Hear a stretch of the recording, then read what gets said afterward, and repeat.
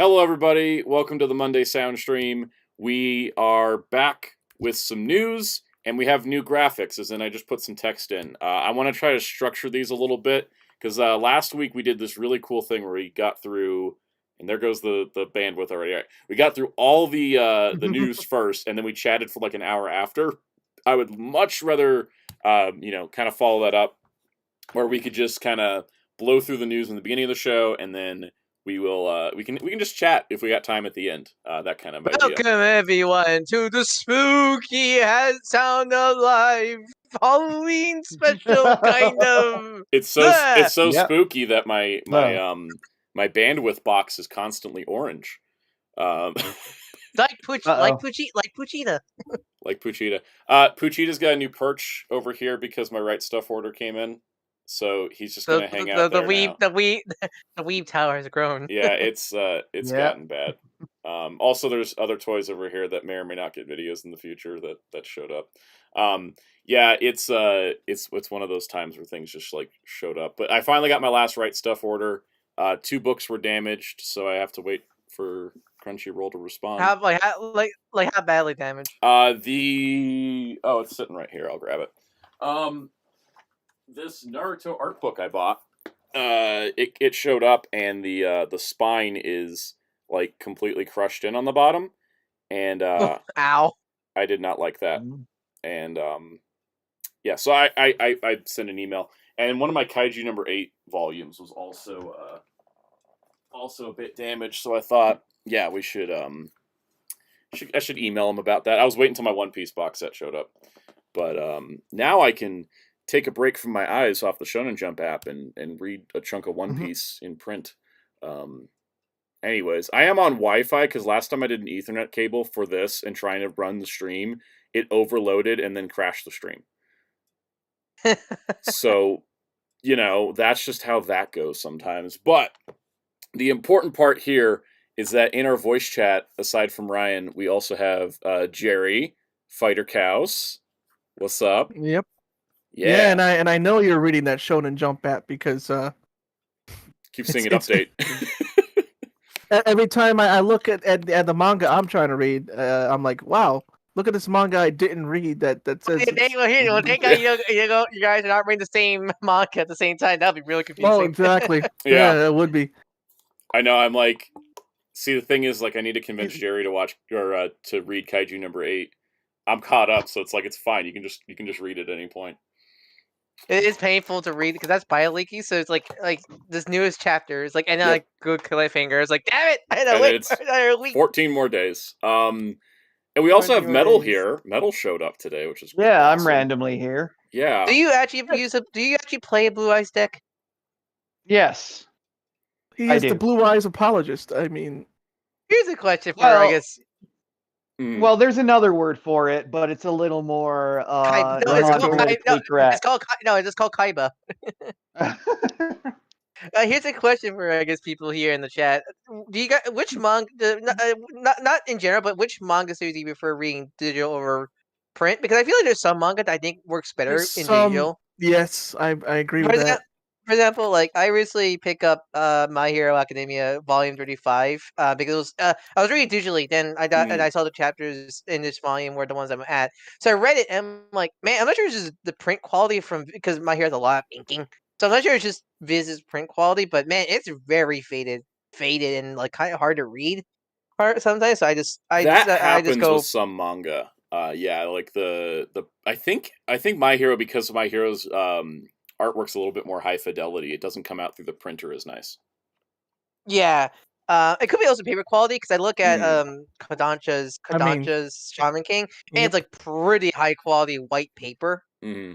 I think it could be a paper quality thing. Also. Weekly manga is printed on basically toilet paper. I mean, yeah. I'll help you go read LPH, those big magazines. If you're looking to read more manga, if you're into shonen manga, let's put it as that. If you're into shonen manga, Shonen Jump's like $3 a month, and there's two. Viz has 2, and then Viz has another one that has stuff too. Manga Plus, I think it's called. And as Thomas says, hit the like button, please. Viz. Hit the like people. Like the Viz app. It just has every other license they have that is not part of the Shonen Jump brand. But not pretty anything under much. Viz signature, so like you can't read Gundam Thunderbolt on there. Yeah, it's so weird. That's Yeah. like, it's so weird because I was thinking of getting it, but like, because there's some other mangas I like that is on the app, but like, it's too complicated. Because my problem with the Viz app is they also still show the Shonen Jump stuff, Yeah. but you click on it, it just gives you the buy the digital volumes thing, so it's just a mess. I was for just reading the Shonen Jump. The manga I've been reading is Akane Banashi. That's a new one. Have you heard of that one? No. I have. It's about Rakugo. Yeah. The Rakugo one. Okay. Yeah. I've been reading but I've been catching up on My Hero. I've been reading Undead Unlucky, which is one of Shonen Jump's newest series that just got anime.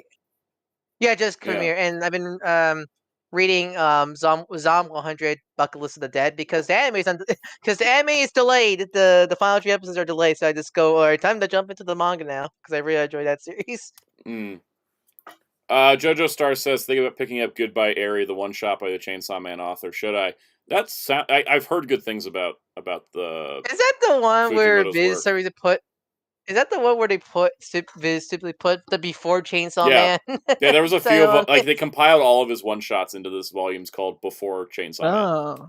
Yeah. That's a good title. That's kind of stupid. But they did that with Toriyama, but they called it Wonder Island or something like that. Yeah. No, Manga Theater they called it. I realized I got to scoot over. I'm blocking Puchita a little bit. You can scoot over the poach, I guess. Yeah. If anybody has Amazon Prime, you can read all of Shaman King digital for free if you have Amazon Prime.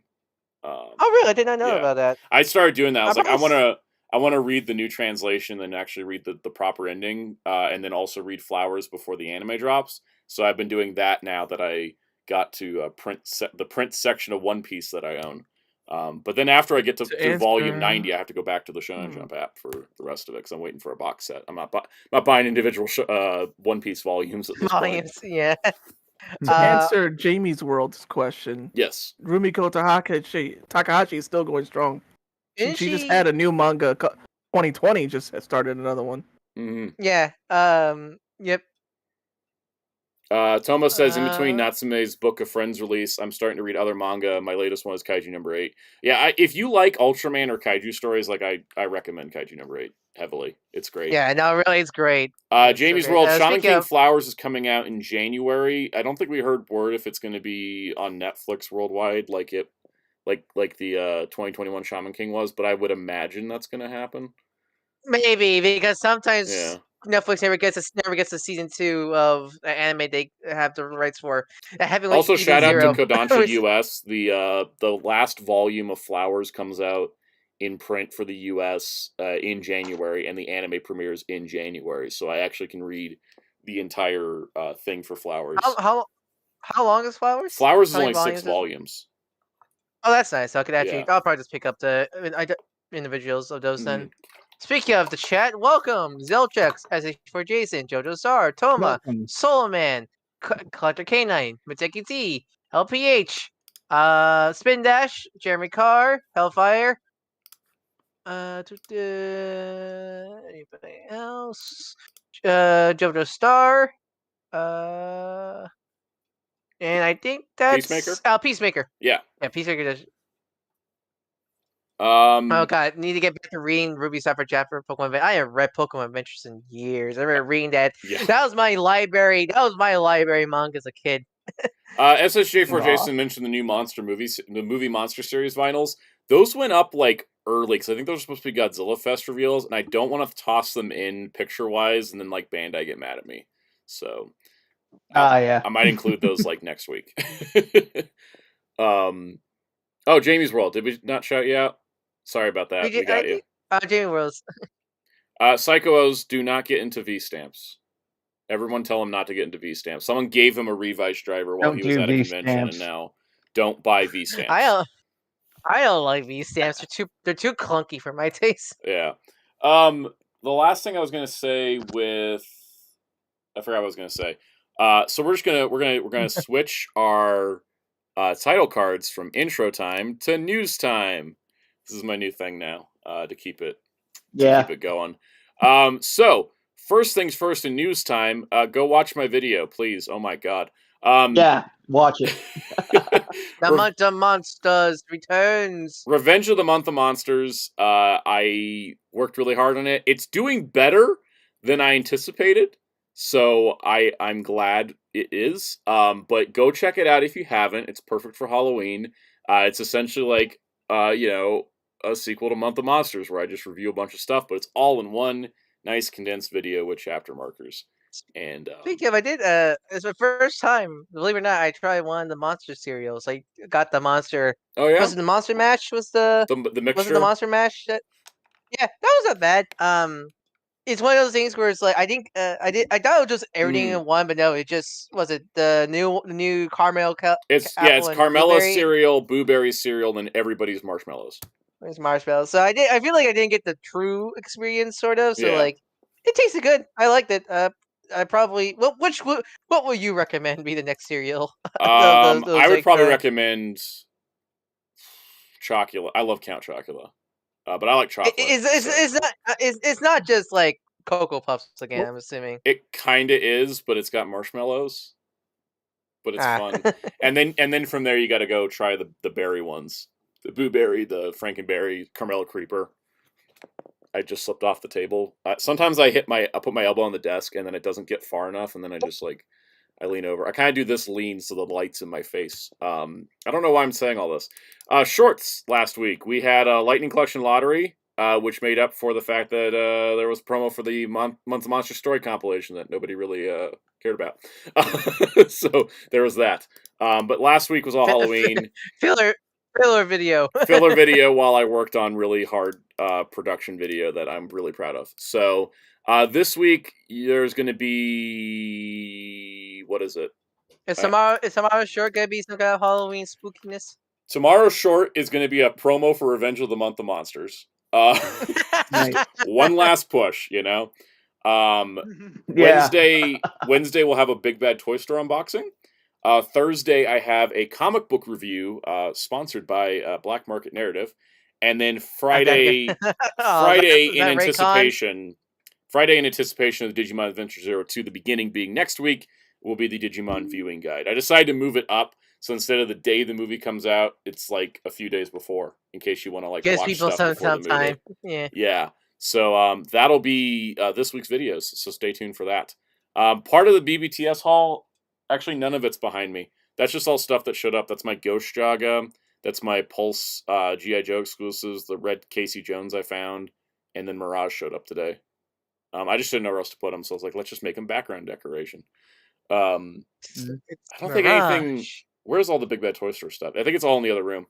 Some of that stuff's going to get videos. Some of it you've already seen reviewed, because I had to get that package sent in time for Month of Monsters stuff. So, all right, let's get on to the news. Quick update from last week. Giant Man made it, and not only did he make it, he unlocked his zombie face. So good, just in time for Halloween. Yeah, just in time for Halloween. So that's pretty rad. It's kind of a miracle watching this live, like it getting funded live. Last week, I felt like we went an extra hour last week just because we were watching it just like tick up, and I was like, exactly it's gonna, yeah, exactly, yeah, that's why we didn't stop last week. So if you want to watch us like reacting live while just chatting about stuff, that was last week. Thanks to Dan Houston for the final push. Yeah, Dan Houston tweeted it out, and then just suddenly, wrestling helps, guys. We need more wrestler toy collectors. AEW. Yeah. AEW. So yeah, it crossed the goal. I'm getting my Giant Man next year. I'm very happy. Nice. So that'll be pretty great. And yeah, so let's see. Soulman mentioned Premium Bandai US is selling Geet stuff. Yes, there is Geet stuff on P Bandai US. Do Marvel Legend HasLabs come out faster than the Transformers ones, or around the same time? It's around the same time. It usually just takes a year to make stuff happen. So there's that. Mystery Science Theater 3000 is running a crowdfund for a new season, according to Soulman. That sounds great, because that's always fun. And Psycho says, you think people have time to watch 2 50-episode shows, 4 40-minute movies, 7 movies, and whatever to be ready for 0 to the beginning in 5 days? Gotcha. Yeah, no, that's not what I'm going to recommend. You'll see what I do on Friday. You don't need to watch. If you just want to stick with, if you want to watch stuff for 0 to the beginning, you just need to watch Adventure and you just need to watch 0 to 2 movies, and you're done. Yeah, because didn't they confirm recently that Try's not canon to the keys in the timeline? Everything is canon, right? Try is canon. Hurricane Touchdown is canon. All of it is canon. All of it is canon, but not all of it is in the same continuity. Like Kizuna is not worried about what happened in Try, for example. Because wasn't there like a live stream they did for Digimon card game where they talk about the timelines? Well, that was Digimon, a specific pre-event special that they did for the movie. It's like to prime you for the movie, and they did a timeline thing. I'm gonna review that again before I make my viewing guide. So it's like Try is canon, but it's like if you're gonna go watching 0 to the beginning, you don't need to see Try because the 0-2 kids aren't in it, so it doesn't matter because the movie is all about them. Yeah, and so like 0 to the beginning, I definitely think is a Last Evolution Kizuna sequel, like 100%. But because the 0-2 kids pretty much just go have like their 15-minute Scooby-Doo adventure in that movie, that is the like only connection. But it's not necessary. Like you could just watch. Spin Dash says I still don't understand Hurricane Touchdown being canon. Willis making a cameo when Kizuna broke me. Yeah, no, it's like you have to separate the canon from continuity. Like the version we saw of the Willis story is not the version that happened in the main timeline. It's that sort of thing where the movie saw it's not canon, but the events are canon. There's multiple series that have done that before, where versions of the events happen. Yeah, Dragon Ball's done that. Where like some of the stuff doesn't line up. I will say, even with if you're doing super anime are different continuities. Right, super manga, super anime, yeah. And then the movies are canon to both. Yep. But the thing is, I just rewatched Hurricane Touchdown because I've been rewatching 0-2 in Japanese. You don't need it at all. You can just it's like if you're wondering what to watch before 0 to the beginning, it's really just 0-2. And then maybe if you want to watch Revenge of Diaboromon and I personally Kizuna, you can do that. You don't even need anything else. You don't even need to watch Adventure because Adventure, everything important in Adventure that happens in 0-2 related, they recap it. Mm-hmm. All right, well, we'll talk about Digimon later. Let's get back to our normal news topics. Strike updates, SAG. SAG had negotiations continuing over the weekend with the AMPTP. They're working independently and will re-engage on scheduling negotiations by the end of the day today. So it looks like it's moving. Like it looks like good stuff by the sounds of it. I think the U.S. president just signed an executive order for AI protection against AI taking away jobs. I need to look into that more, so don't quote me on that. But I heard about that earlier, so that's promising. Well, I will. So. Yeah. So you can. So that actually might help the negotiations. Studios are like, we have to use AI. U.S. government, you can't. SAG, hey, guess what? You can't. The studios will just have to fold at that point on that topic. I forgot about the Blazar dub news. Clifford Chapin is the voice of Earth Garen in Blazar. Toma, thank you for letting us know. All right. I need to catch up badly. The Digital Bits. Digital Bits is a news site for Blu-ray news for like 25 years now. Home video news for 25 years. They wrote an article basically about the future of physical media, and it was really, really well written. In case you're ever wondering, where are we at? Is the Best Buy thing, Best Buy dropping physical media a bad thing? And he had some really interesting details here, including the fact that Best Buy, even with their exclusives, only commands 4% of a share of the disc sales market, while as Walmart has 45%, Amazon's 18%, and Target is 6%. So it's really not going to affect the industry that much because they're only covering 4% of the market, and that's because they've been shrinking their business anyways for years on the physical media side.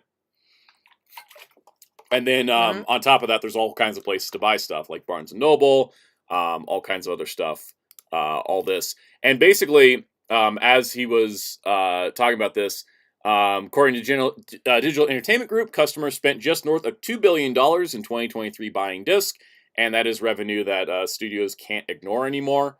And basically, he also mentioned that like studios have to work a bit harder on their disc releases because Best Buy would just buy the entire run of steelbooks, and then the studio would be guaranteed profit on it up front, which is why so many of those were like that. So yeah, it's kind of like, the thing is he's basically saying like physical media is not going to go away because there's still a demand for physical media, and that's pretty much like the end of it. It's like, all right, we lost one retailer, but here's all these other retailers and all these other places doing stuff. So is it really that big of a deal, or are we going to survive? And the answer ultimately at the end of the day is studios need money and disc sales make money. So we're still good. In other news, Arrow Video's January releases include Conan the Barbarian on 4K, Conan the Barbarian on Blu-ray, Conan the Destroyer on 4K, Conan the Destroyer on Blu-ray, the Conan Chronicles on 4K, which is the two movies together, and then the Conan Chronicles on Blu-ray, plus Murphy's War, and in the UK, a 4K Blu-ray of Carrie. Look at their beautiful Conan set for just the Barbarian, where it comes with all these cards and posters and stuff. Barbarian. Everybody remember Dave the Barbarian? I do remember Dave the Barbarian. I don't think Disney does. Just for context, this has got a $90 list price, but it should. Arrow Video is selling it for $60 on their site, but you get both Conan movies in 4K, and then you get all these lobby cards and two posters. Like if you buy the two Conan movies separately, or if you buy them together in the Conan Chronicles, it's the same contents, which I think is great. So if you want just one movie or the other movie, you can choose, or you can get both. I'm personally picking both because that's just how I roll. It will be a complete. What is it? It's a brand new 4K restoration from the original film negative. So, Toma, it might just be your connection. Try refreshing. I've also just been watching the bandwidth do this, so it's moving all over the place. It's OBS kind of, yeah. Yeah. Welcome, Pirates. It's probably like lowered the video quality. That's it. Yeah, because I know YouTube was having issues earlier when I was trying to load stuff. I mean, heck, tell them how YouTube is blocking your interview. Yeah, we're having issues with getting an interview out for Hero Club because of stuff. For some reason. Yeah. But on the plus side, I guess I'll just... that's not the right screen. There we go. I'll just blow this up if you guys want to see the Conan bonus features. It's just a ton of stuff. Arrow Video is amazing. So what I love about the Conan movies the most, soundtrack. The soundtrack. Oh, it has a good soundtrack, yeah. I love the soundtrack, both of them.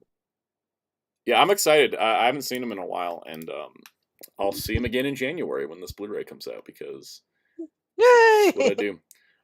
Did you know that... yeah, go ahead. Yeah, no, go ahead. I was about to transition off the topic.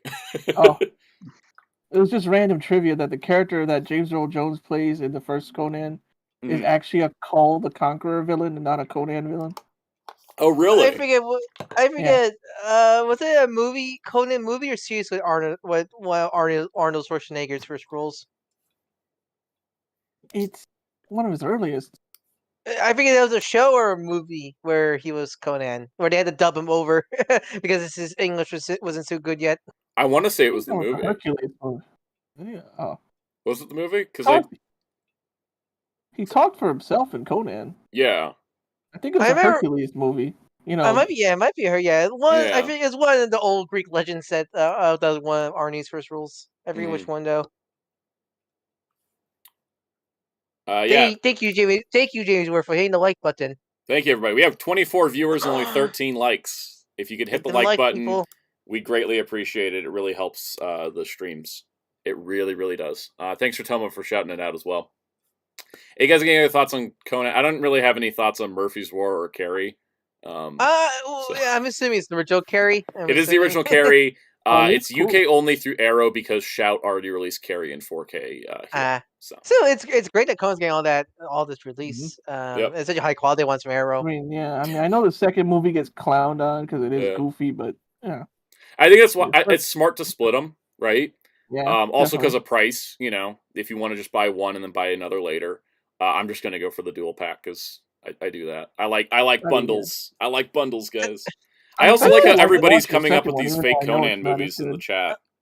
Who owns Highlander? So like, Highlander feels like a movie Conan. Arrow will release, but that might have been released already by a different company. Highlander is owned by I've seen Warner Blu-rays Brothers. online. Okay, man. Yeah, Warner Brothers tends to just do stuff on their own, whereas like Universal and them will license out to Arrow. Conan going to San Francisco and meeting Bob Saget. Conan goes to Femboy Hooters. Conan goes to Singapore. Where are these? Conan went to Skywalker Ranch. Spin Dash says, I've never seen Conan, but I know the theme from the Twilight Princess trailer. That's right. Conan goes to the spirit world. These sound like YouTube, YouTube travel logs. I want a Conan YouTube travel log series. That'd be great. So guess what our next topic is, guys? Could you believe it? Bandai only announced 5 things this week. They might have announced more. I just picked 5 from the usual. They had calmed down. They blew the load. It's not Wednesday. They haven't decided to screw my show yet. So. Exactly. Yeah. Oddly enough, 3 of these 5 things you can order in the US officially. How strange. Surprisingly. What's going on here? Conan literally went to Conan Town and met Detective Conan. See, that's the kind of thing I'd want. Conan was in Broforce, Bronan the Barbarian. Conan versus Defective Conan. Hey, Sigs. Well, I feel like they could be a comic book. Yeah, I feel like Conan's untapped because I think is Conan the public domain? Isn't Conan's IP still owned by the original family? There's some weirdness with Conan. So Robert E. Howard created him and Cole, but then Marvel did some stuff. But I think Marvel doesn't own it anymore. Well, because Marvel's still reprinting stuff, and I think I don't. That's why I'm confused about. I think they just started a new Conan. I think that's. Yeah, I don't know. I guess we need to look into that. I feel like that's the topic for another stream. I keep thinking Conan's public domain, but I'm probably no, it's not old enough. Did I call Robert Howard Doyle again? No, I don't think you did. Okay, good. Yeah. Because last night I did that. I said it was by Conan Doyle. Like, wait, no, that's Sherlock Holmes, not Conan. Yeah. It's Robert E. Howard. Robert E. Howard and H.P. Lovecraft are good friends. You know that? Robert E. Howard wrote some stuff for the Cthulhu mythos. All right, shall we? So, guys, what's our first Bandai? How are you enjoying? Remember a while back we talked about how Hell froze over. Hell unfroze again. We just had to flip back now. SH Figuarts Ultraman Exceed X is available on Premium Bandai US. Wait, what? Is this an Ultraman? An Ultraman figure art that's not Showa or anime that is P Bandai is gonna. Well, it's not available yet. It's available November 1st. Will be available on P Bandai US. In the US. Who is this Bandai and why are they done to the real one? I don't know, but I'm happy because this opens up the door. The door is open now. We're gonna Exceed Access the first one. I don't know why I keep answering random chats that are off topic, but I did watch Friends, and I am sad that Matthew Perry died. That reference, yeah. Yeah. Oh, Soulman says that's why the Eldritch in Multiverse of Madness wasn't Shumagorath. Was that the same rights issue, tied up? Huh, yep. That would explain it, because that thing looked like Shumagorath. It should. It might as well be Shumagorath. Anyways, Exceed X, not one I'm super stoked for, to be honest. But it's you still gotta pick it up. But you still gotta pick it up, I'm guessing. Maybe I don't do Ultraman final forms or even form changes at all, honestly. But you need support. But you need to show that Bandai. I want to show Bandai that Ultraman. I want Ultraman, so that way the next time they reissue Titus, I can actually buy it. That's gonna be your white whale at this point. Yep. It also shows that you can use the Exceed Slugger with the Mons armor that we can't buy here in the US because they didn't have P Bandai US back then. But anyways, that's fun. Everyone go buy Exceed X if you want more Ultraman figure arts. I really need Titus.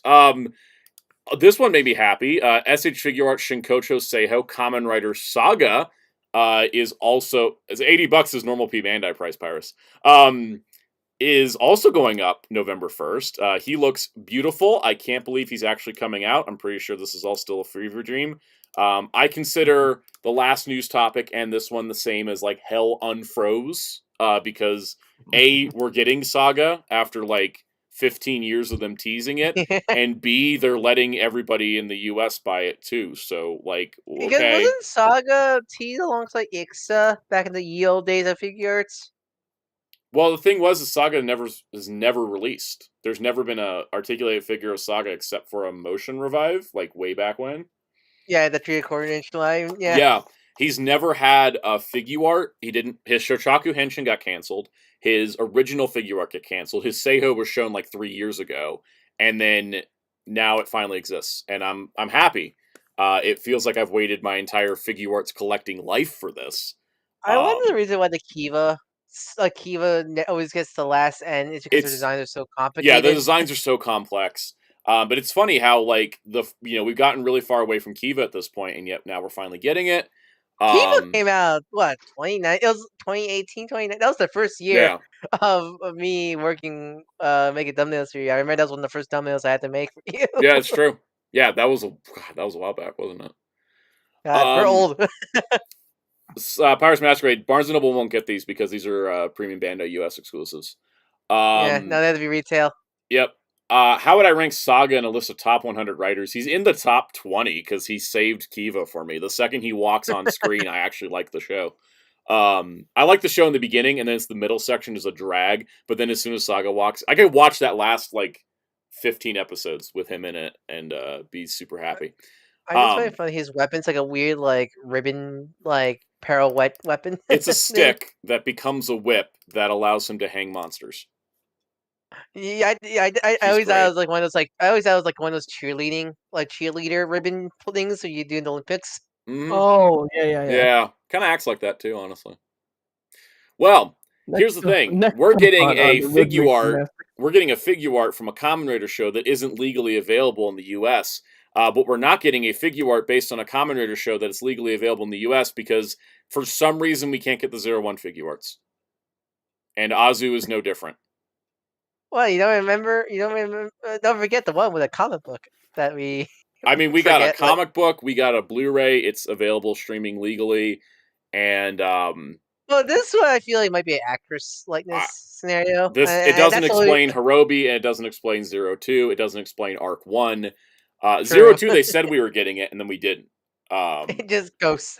And then now Azu. So Azu's just adding to the list of how many 01 figure arts are we not getting, despite this being one of the few shows we actually legally have.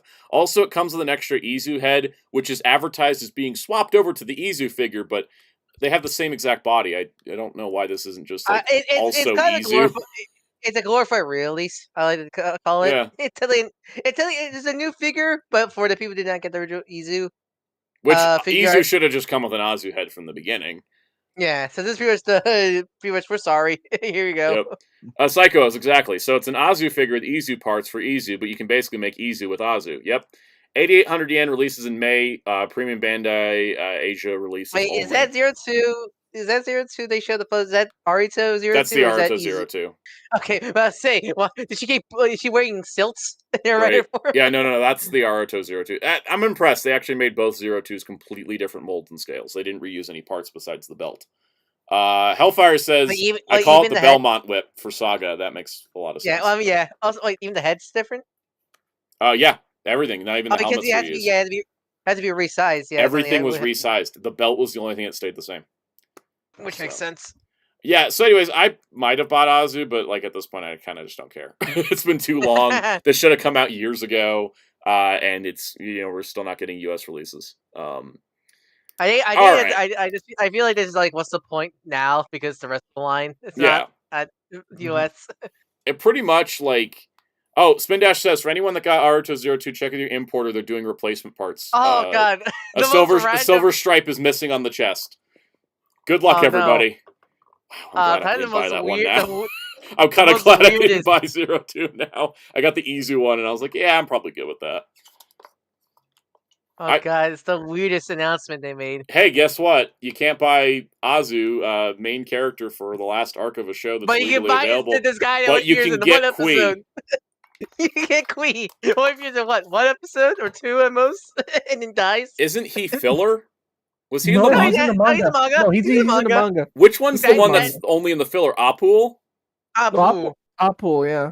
Yeah. Apu. The greatest Weird. Frieza soldier. No, Chaos, that's Frieza Soldier you're talking about. If you've been around Kanzenshu, you'll know why Apple's loved.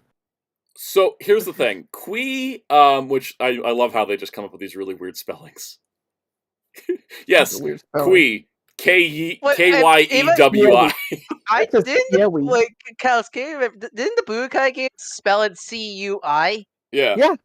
Kui, yeah. That makes a CUI. lot more sense in English. I mean, it's a pun on Kiwi, but it still looks weird when it's spelled that way. it does exactly. Yeah. No, it does exactly. I appreciate this also only being 60 too. Like they were really Good. They know that Does nobody he really. explode? Yeah.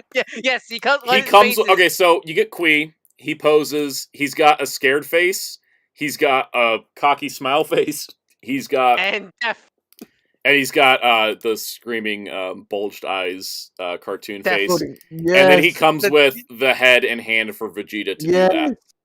Pretty much this figure is I like to call this figure a glorified accessory kit for Exactly. the Yep. figure of Vegeta. Fireworks. Spin Dash agrees with you there. It's just an accessory for Vegeta. Jamie's World Bandai's still making anime heroes. They just announced a couple weeks ago. The big thing with this that I could sit here. I could play. Oh, what should I play? I could play Devil's Advocate of some toy collectors. And not to call out anybody specifically, but some groups of fandoms, Marvel and DC, tend to go, why are they making this character over and then list a whole lot of characters? Like, yeah, okay, we don't have a Chi-Chi figure, but we got Kui.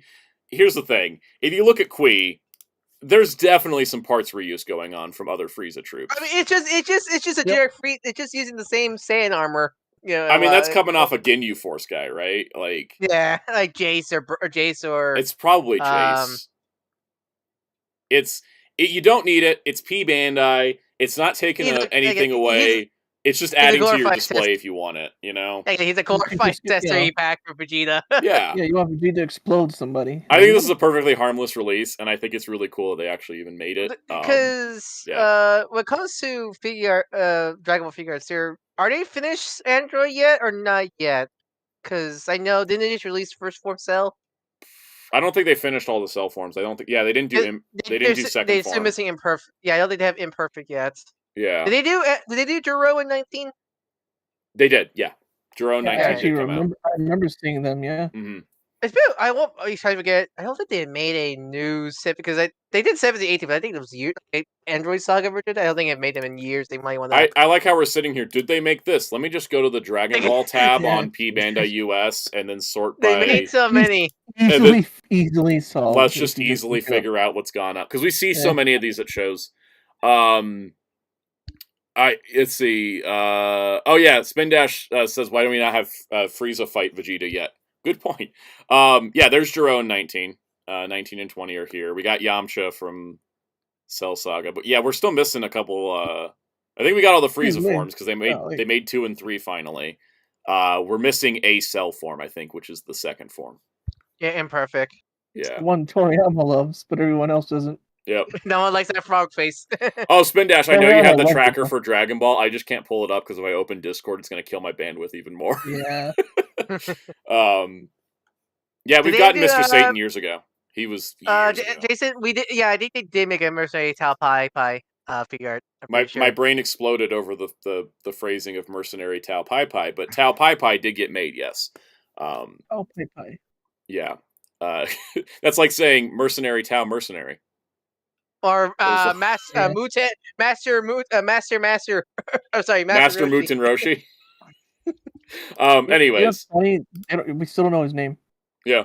All right. Last title. Last Bandai news for the week. Shout out to Spin Dash. I didn't feel like digging up another article for this. If you want to spend 19,800 yen in March, you can get King-Ohger, deluxe King-Ohger in ungodly shiny plastic.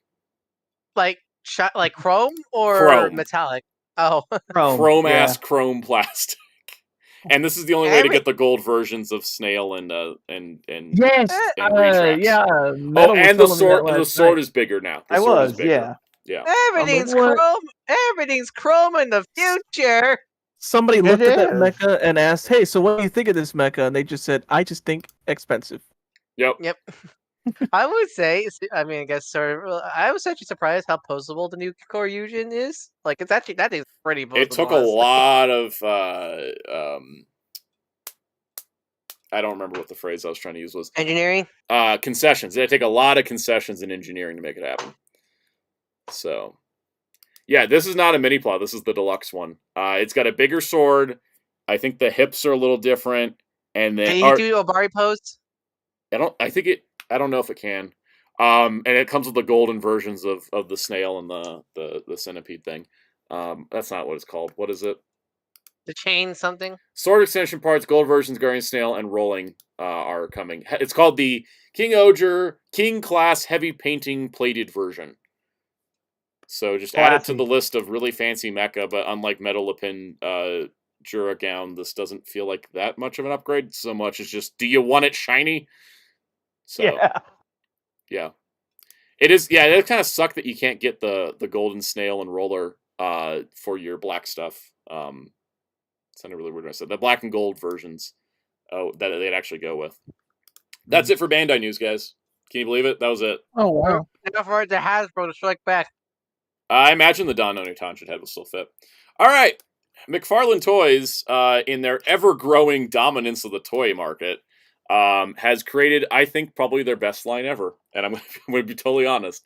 I think this is not only the best line that McFarlane has right now, but I also think this is probably the best line of figures in the kaiju action figure space. It's the McFarlane Toys Page Punchers Pacific Rim line.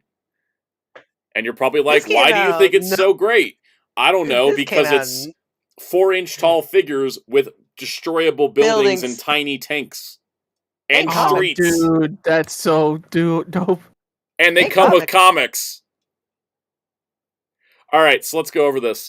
First things first, there is an Amazon exclusive starter set for $40 that gets you basically a diorama in a box. Plus 2 comics, I think. Plus 2 comics, yeah. I'm trying to get the page to load, so we'll just look at this one image. You get, in this one box for $40, you get 4 tanks, 4 trucks, 4 Humvees, 4 other tanks, 2 planes, 2 helicopters. No, sorry. 4 planes, 4 helicopters, 4 street pieces, 4 buildings, 2 Jaegers, 1 Kaiju, and Pacific Rim Aftermath issues 5 and 6. And basically, it's a city in a box. It's great. I'm so excited for these. You have no idea. I'm going to do videos on these because I love this. You know what this line reminds me of? It reminds me of what Bandai America was trying to do with the Godzilla 2014 toy line, yes. but much better. Much better. The biggest thing is I have seen other kaiju figures come with buildings, but never streets for the buildings to attach to. So it just looks like just skyscrapers erupting from your floor. Yeah. So this is the Amazon exclusive set. It comes with. How tall? Because they're not. Are they normal? They're not like the normal page punchers. So they are a little bit bigger than the normal page punchers. I think they also have knee. Like, I think they have more articulation. They have like knees. Yes, they have elbows and knees. At least on the kaiju have like bendy tails sometimes. So this comes with a damaged Gypsy Danger with the arm cannon deployed.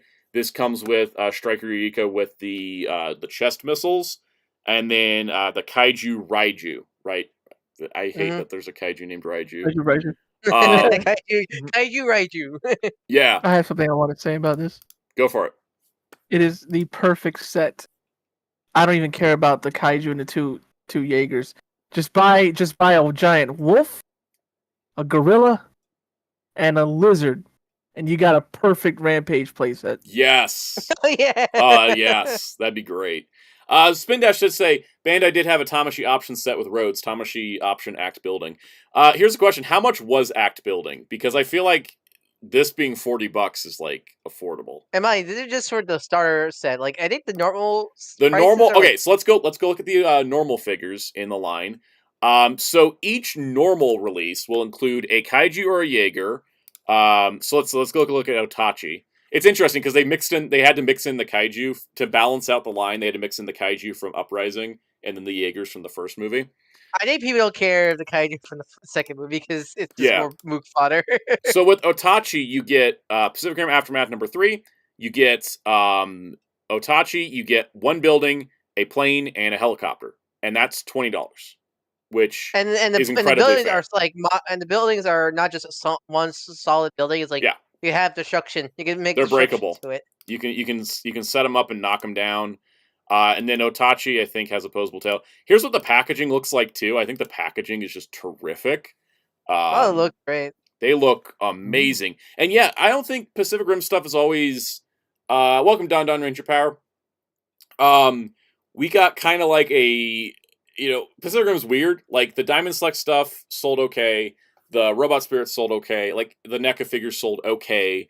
I think that the biggest thing with these is they're affordable and it is celebrating 10 years of Pacific Rim, but they are affordable. And oh boy, you could just buy these for the buildings and the kaiju and have a lot of fun. Does remind me? I need to go watch the second half of Pacific Rim: The Black. I did really like Pacific Rim: The Black was so good. Yeah, I really liked the first season, but it's been so long. I feel like I need to rewatch this. Yeah, you should just watch the whole thing. It's great. Yeah, okay, so Spin Dash mentioned the Ultraman 50th anniversary SHF set. That was the thing I was thinking of, and I forgot that they did release those buildings separate. But how long has it been since that? That was 6 years ago. Yeah, it's been a while. So, am I like, while these are more scale for 4-inch figures, you still could use them to display. You just use perspective for toy photography. You could, and stuff because like the kaiju and the Jaegers are smaller than Ultraman, so you could use these for Ultraman, if you really wanted to. But yeah, so we got what is this guy? Leatherback. Leatherback comes with Aftermath Volume 2. You basically, the starter set has all the unique parts and buildings, and then you buy the others, and it just builds out your city more and more and more. That's why they call it. But that's just part they call it a starter set because that's. And the starter set is Amazon exclusive. The rest of these should be general retail. I hope you can just buy these in stores because that'd be cool. It's kind of fun. I just find it funny that Todd has his brand, the McFarlane Toys, as like a collector line, but every time he gets a chance to do kind of stuff like this, you can tell Todd just want to do like a kid's toy line kind of thing. It definitely looks like it also definitely looks like Todd just wanted to make some toys. Like these are like toys. Like here's I'll Night say, Fed. I know Bandai has some master lines, but like I think McFarlane Ultraman stuff could work. McFarlane page punchers that are in the same scale as the Pacific Rim stuff would make me so freaking happy. That's how Todd gets to deal with Marvel. Because the thing is, as we've seen with Transformers and GI Joe coming to page punchers later, they can do other, because they're a different scale and they're a different style, they could sub-license Ultraman if they wanted to, and I think that would be so cool. Yeah, and that's how Todd gets his hands in Marvel again. Yeah. I don't know what the exact scale is, JoJo Star, because they didn't say an exact scale, but the just for reference, the Kaiju and the Jaegers are about 4 inches tall. Like I said, I pre-ordered the starter pack. So the starter pack's version of Raiju has the big open mouth version. The single pack is going to be the closed mouth Raiju. There's also these turnaround videos. There's all kinds of images you guys want to seek them out. But so the Raiju in the set and Raiju here will be a little different. And so those are our 4 Kaiju. And I don't feel like clicking back and forth between these pages because I think we get what the buildings look like. The Jaegers you can get. There is Striker Eureka, Crimson Typhoon, Gypsy Danger, and Cherno Alpha, which are the 4 Jaegers from the first movie. So, welcome, Common JoJo. Who did the comic? Who did the Pacific Rim comics? Is that Image, I'm assuming? These were Legendary Comics. Okay, so they just got the license to publish. Because Legendary, what is it? Legendary has a comics division in addition to their film studio, and they put out the Pacific Rim comics. And I think you can get most of the comics between all these figures. But they are different comics per figure. But yeah, they're 4 inches tall. And then every single pack is 20, and then the starter pack is 40, which just makes the starter pack an insane deal. But it's reusing stuff like tooling costs and all that. But you can pretty much build up stuff pretty good. I don't think they'll make the Unicorn Gundam statue that was in the second movie. That seems unlikely. But I think the Jaegers come with each an issue of Tales from the Drift, and then the Kaiju come with each an issue from what was it called? I forgot already. Aftermath. And then the starter pack has the last 2 issues of Aftermath. The comics don't make a big difference for me because I own the omnibus. But if you never read the Pacific Rim comics, they're great expansions on the lore. So I'm so into this. I'm already kind of like looking around my room like, all right, what shelf am I clearing just to become my new city for all my little kaijus and Jaegers to hang out on. Because I think this is going to I be mean, so fun. Well, it's nice they're small enough that they're not going to take that much space. That's a big thing too. Is that part of the reason why I didn't have a big Pacific Rim collection is because a lot of the figures are 7 inches tall, and they were just like, where do I put all of them? Kaiju are huge with the tails and all that. This is like up my alley. I love scaled model stuff like this. So yeah, this is, I think, probably the coolest, smartest McFarlane Toys line I think he's ever All we done. need now is a skybox for the sky for Yeah. City. Oh, I could print myself a nice backdrop, actually. Anyways, I love this line. I'm so excited. These, I think Amazon said November 30th is when they come out. That's when they said for my starter set. I plan to get all of them. I only pre-ordered the starter set, but they're up on Amazon, Big Bad, Entertainment Earth, all kinds of stuff. So, really, this guy came out of nowhere when they announced this. Yeah, completely out of nowhere. But as soon as I saw them, I was like, I love these. These are great. So I'm super into that, and I wanted to share. I wonder these replaced it. What was it? There was like codes for Team T McFarlane Toys. I wonder if these replaced those. It might have. Infinite, I've had no luck. I haven't even gotten out to Walmart to even look for Blaze and Knuckles and Infinite. No luck yet, but I'm hoping I do. In other McFarlane news, I just wanted to highlight the accessory count on this Lobo set. It's so great. Also, it's like $80, which is not bad. It's honestly, 70.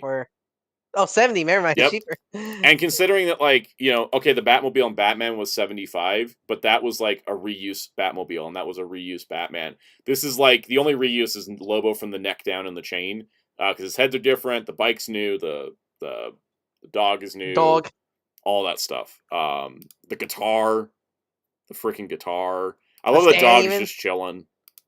The stand, even. The stand, yeah. The stand, too. And I think this looks really big. Because he's even got the Bite Me fanboy jacket. Where is... my Lobo's, like, stashed away over there. But that Lobo figure's not your normal McFarlane. He's a big boy. So it's even bigger. But I'm very excited for this. You might see a YouTube short on it or something. It's 21 inches long. God, it's huge. 20 inches of Lobo. 20 inches of Lobo. And then some. So yeah, you got that going on. But look, that just looks amazing.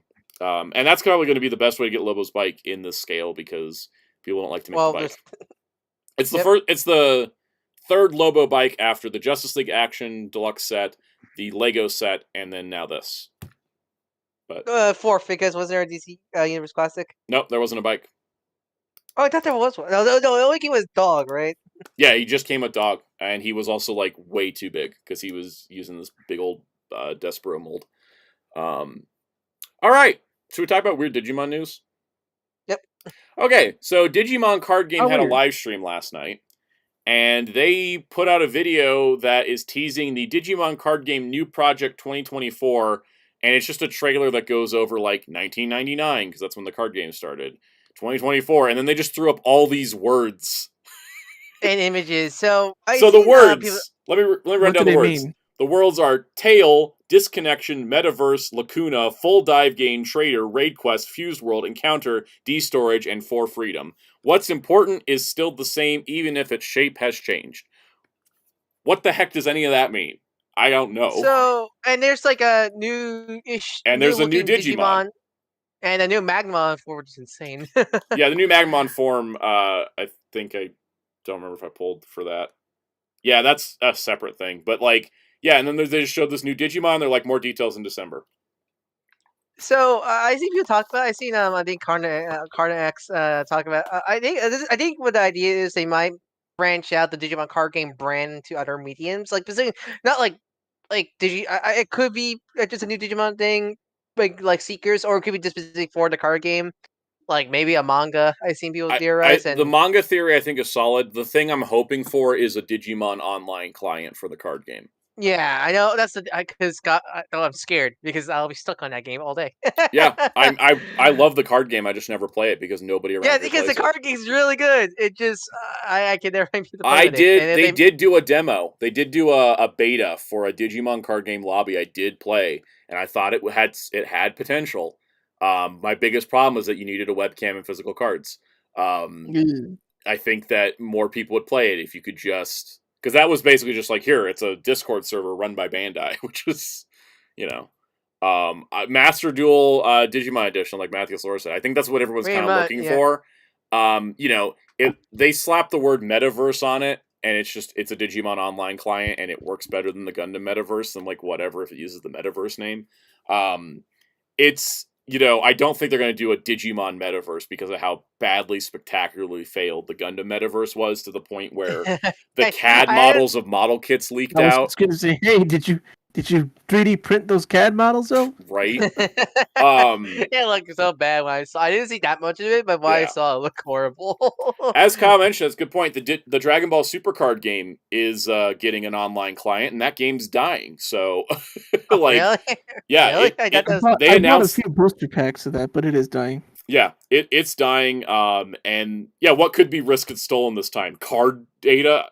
No, because you can just scan a card. You know, like, you can't take cards to tournaments and stuff, right?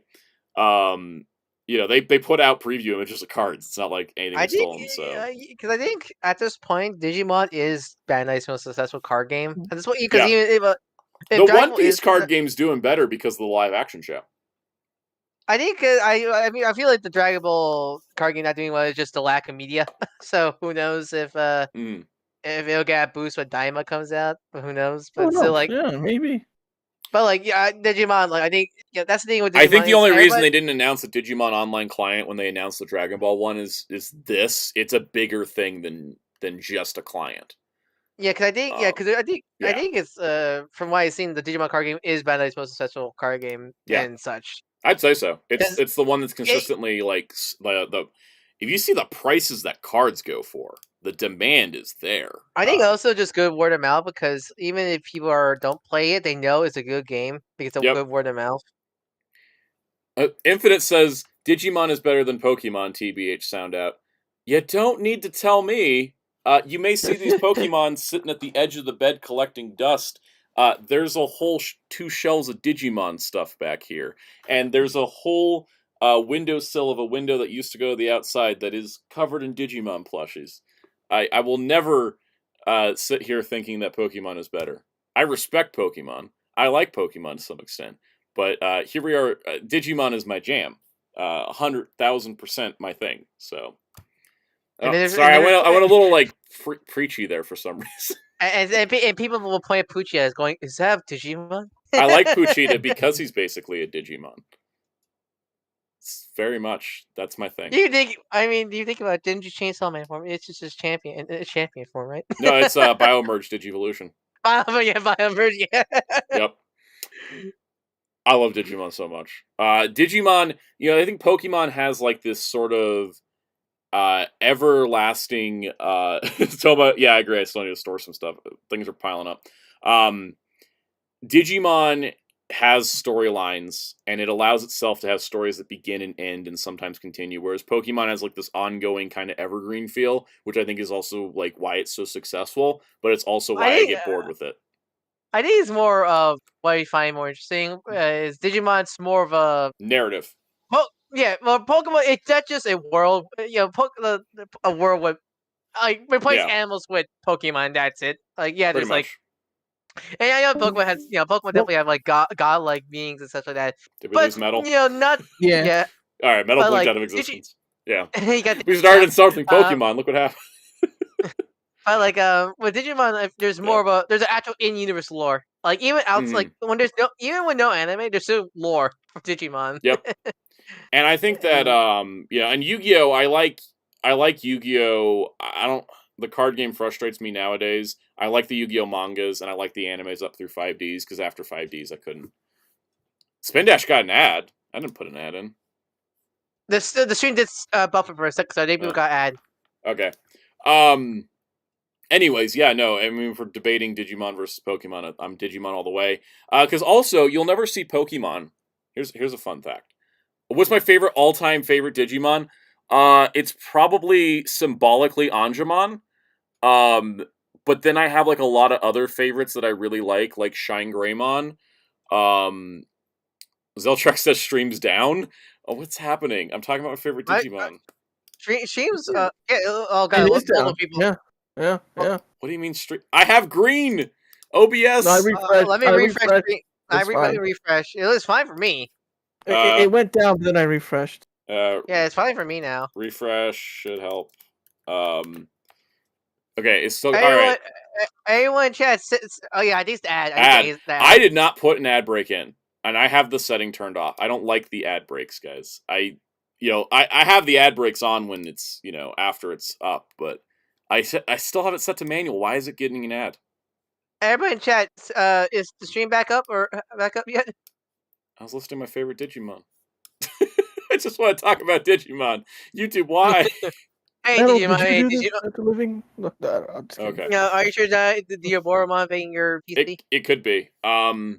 Speaking of which, Ultraman, Vmon. I love Ultraman so much. Ultraman is so cool. I like him more than Imperial Ultraman. I wish. Hyperiormon, Kaiser Greymon. I love Kaiser Greymon. Oh, just a I had Goodymon. those toys that didn't break. Yeah. A Goodymon, Globemon. I think Globemon's an underrated Digimon. Go, Globemon's great. I also love Kaiser Greymon. Cirrus just I love the another ad. What the hell is going on? It did blink. It blinked and then you came back on my end, but yeah. And when you come back, it puts an ad because it's got the pre-roll ad. Well, that's what's causing the ads. Is the bleeping? Yeah. Okay. The problem is I have premium, so I can't judge if it's the ad or not. Ryan over here's got premium. I wish I still had premium. Yeah, I think when you refresh, it puts an ad in. That's what's happening. Everyone, chat, say, are you okay? Blink twice. While everyone regathers, I'm just gonna keep naming Digimon I like because it's dropped down to 9 viewers. Oh God, YouTube, what have you done? I think user trying to kill. I think user trying to kill us. It's all lagging. Let me go check on my screen over here. I need to view it because what the heck is going on? YouTube's telling me there's 9 people. The YouTube page says 17. There's 17. Yeah, it says 17 but now. On my studio page, it says we only have 5. YouTube? I think is YouTube killing us? Did I? We just want to talk about Digimon. Okay, Hellfire says on mobile when the stream blips that loads the next video. What? Do I need to refresh my connection? Uh-oh. Can I even do that without killing the stream? Intermission, guys. I'll be right back.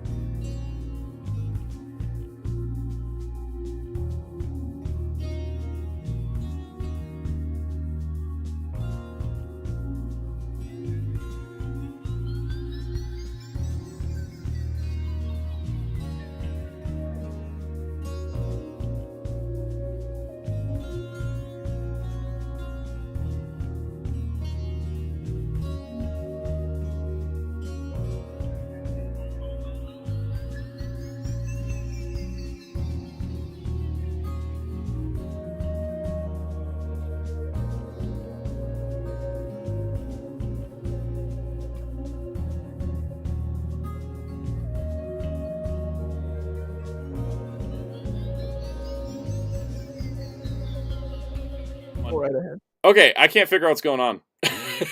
So, apparently there is issues with YouTube video streaming right now. So what we're going to do is we're going to try to blast through the last bit of news so that way it'll be in the archive and then hopefully you guys can catch up via the archive because I don't really know what else to do to fix it because if I end the stream, it'll cause it to if we end the stream, it'll become a new stream if I bring it back and that just is really awkward. So I want to get through the news. Overcomplicate. Yeah, let's get through the news best we can. The point is, we love Digimon. Also, there's a new Magnamon. This is the Magnamon Gold Digizoid form. It's not a mode change; it's a new evolution beyond. This is King-Ohger Magnamon. He looks like he has Goldburn attached to him. He looks amazing. He's a brand new Digimon, debuting in the card game Nowhere Else. Which, again, makes me think there's a manga tie-in probably coming soon. Yeah, and this card is in the new set coming out this month. Because it's not a spoiler for the beginning. Yeah, it's not a spoiler for the movie. They specifically said this was for the card game. And it also is a 3-color card being yellow, blue, and black. Which, my God. I think especially it has to be something to do with some kind of new material, because the only other new Digimon they made for the card game was a blue X Greymon. Yep. But that's just a recolor. So, like... This is this got to be something else more than that, right? It's Magnamon X specific. It's Magnamon X Gold Digizoid mode. So it says the profile for Magnamon X has long since made mention of Magnamon having a special mode / form that it could change when under great strain that temporarily makes it entirely gold, gaining the absolute defense. We've never actually seen this form before, but that's what this form is. And it's basically Super Saiyan Magnamon. Some people call it like Super Saiyan 4 Magnamon. Yeah. So it's pretty cool. All right. Pushing forward just because, it's kind of like Justmon GX. Yeah, very similar to that. Stream's being weird, so we're just I'm going to push us forward, guys. If you guys miss anything, just go check the archive when we're done. All right. We have the English dub cast and crew list for Digimon Adventure Zero to the beginning, thanks to Mark FBR, who runs With the Will and got to see the movie early, and he wrote down all the notes of who worked on the film. So now we finally have our cast list, and there's some interesting choices here. So, as we previously discussed, Brian Donovan is back playing Davis. We guessed that from the English dub trailer, and of course we were correct because you couldn't say that voice was from anywhere else, right? Derek Stephen Prince is being credited as Steve Prince nowadays, but he is playing Kin and Vmon. When we got Janine Tirado as Yoli, she was Yoli in Kizuna. Tara Sands was Kari. Tara Sands was Kari in Tri and Kizuna. Johnny Young Bosch, credited as Johnny Bosch, as TK, who was TK in Tri and Kizuna. And then Bryce Pappenbrook is playing Cody, and he played Cody in Kizuna. All right. Digimon-wise, Kate Higgins was Gatomon in Tri and Kizuna, so she's continuing that here. Neil Kaplan is back as Hawkmon, which is really surprising to me, having talked to Neil Kaplan about Hawkmon. Well, I think it's an interesting way. I find it interesting way. Certain actor that didn't return. Yeah, we'll get to that. We'll get to that in a moment because we have confirmation about one of them. Spin Dash says when you need a spreadsheet to track VAs for Digimon Adventure products. Yeah, especially when some want to pay unions and others don't. We'll get to that in a moment. Oh, congrats on your Black RX Blu-ray coming in, Collector K9. Another ad. Oh my god. Just power through, guys. Another ad. It's blipping and then it's throwing in an ad because it's got pre-roll ads. But you don't think you usually have one ad? Yeah, usually. All right, I'm just gonna keep pushing forward. I can't hold this up too much longer. This is gonna really awkward. Okay. Yeah. Okay. So Hawkmon is Neil Kaplan. He's returning. He didn't return. He's returning also for the movie redubs. He wasn't in Kizuna because he didn't have home recording equipment. So that was why that. Spin Dash says, fun fact: if you have a MacBook with a touch bar, you can scrub through the ad with it. Good advice. Laura Summer's Patamon, who's been Patamon since the beginning. She's like Laura Summer is the one constant in this franchise. Right? Like, when has she not played Patamon in adventure stuff? Like, not counting the 2020. Yeah, ignoring the reboots, it's a different continuity. But she was in Tri, she was in Kizuna, she's here. Now we have. I guess like Derek Clean Prince. Yeah. Chris Swindle as Wormmon. Which might have he played Hawkmon in Kizuna. Yeah, he played Hawkmon in Kizuna. He played Garurumon in the 2020 dub. And everybody's like, well, what happened to Paul St. Peter? Because he came back for the redubs. And he's also in Kizuna. And he was in Kizuna. And Paul St. Peter, someone asked, and he said, I was approached to voice my beloved Wormmon again, but Toei, the owner of the property, would not offer a union contract. Digimon has been since 1999 under the SAG Dubbers contract. I respectfully decline to reprise the role. I find it interesting hearing that because a lot of these actors are union. I mean, Neil Kaplan's a union actor. There are the thing with voice actors, because voice actors are not covered the same way that on-screen actors are covered in SAG. Some voice actors are allowed to do a non-union production, even if they are SAG members. But some will put their foot down and say, I want a union contract or I'm not doing it. The interesting part that has come up to me is the fact that he mentioned Toei.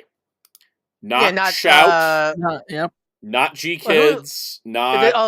is this Studiopolis doing he didn't mention Studiopolis, he mentioned Toei. It may be Studiopolis recorded it, but it wasn't Studiopolis doing the casting. Toei did.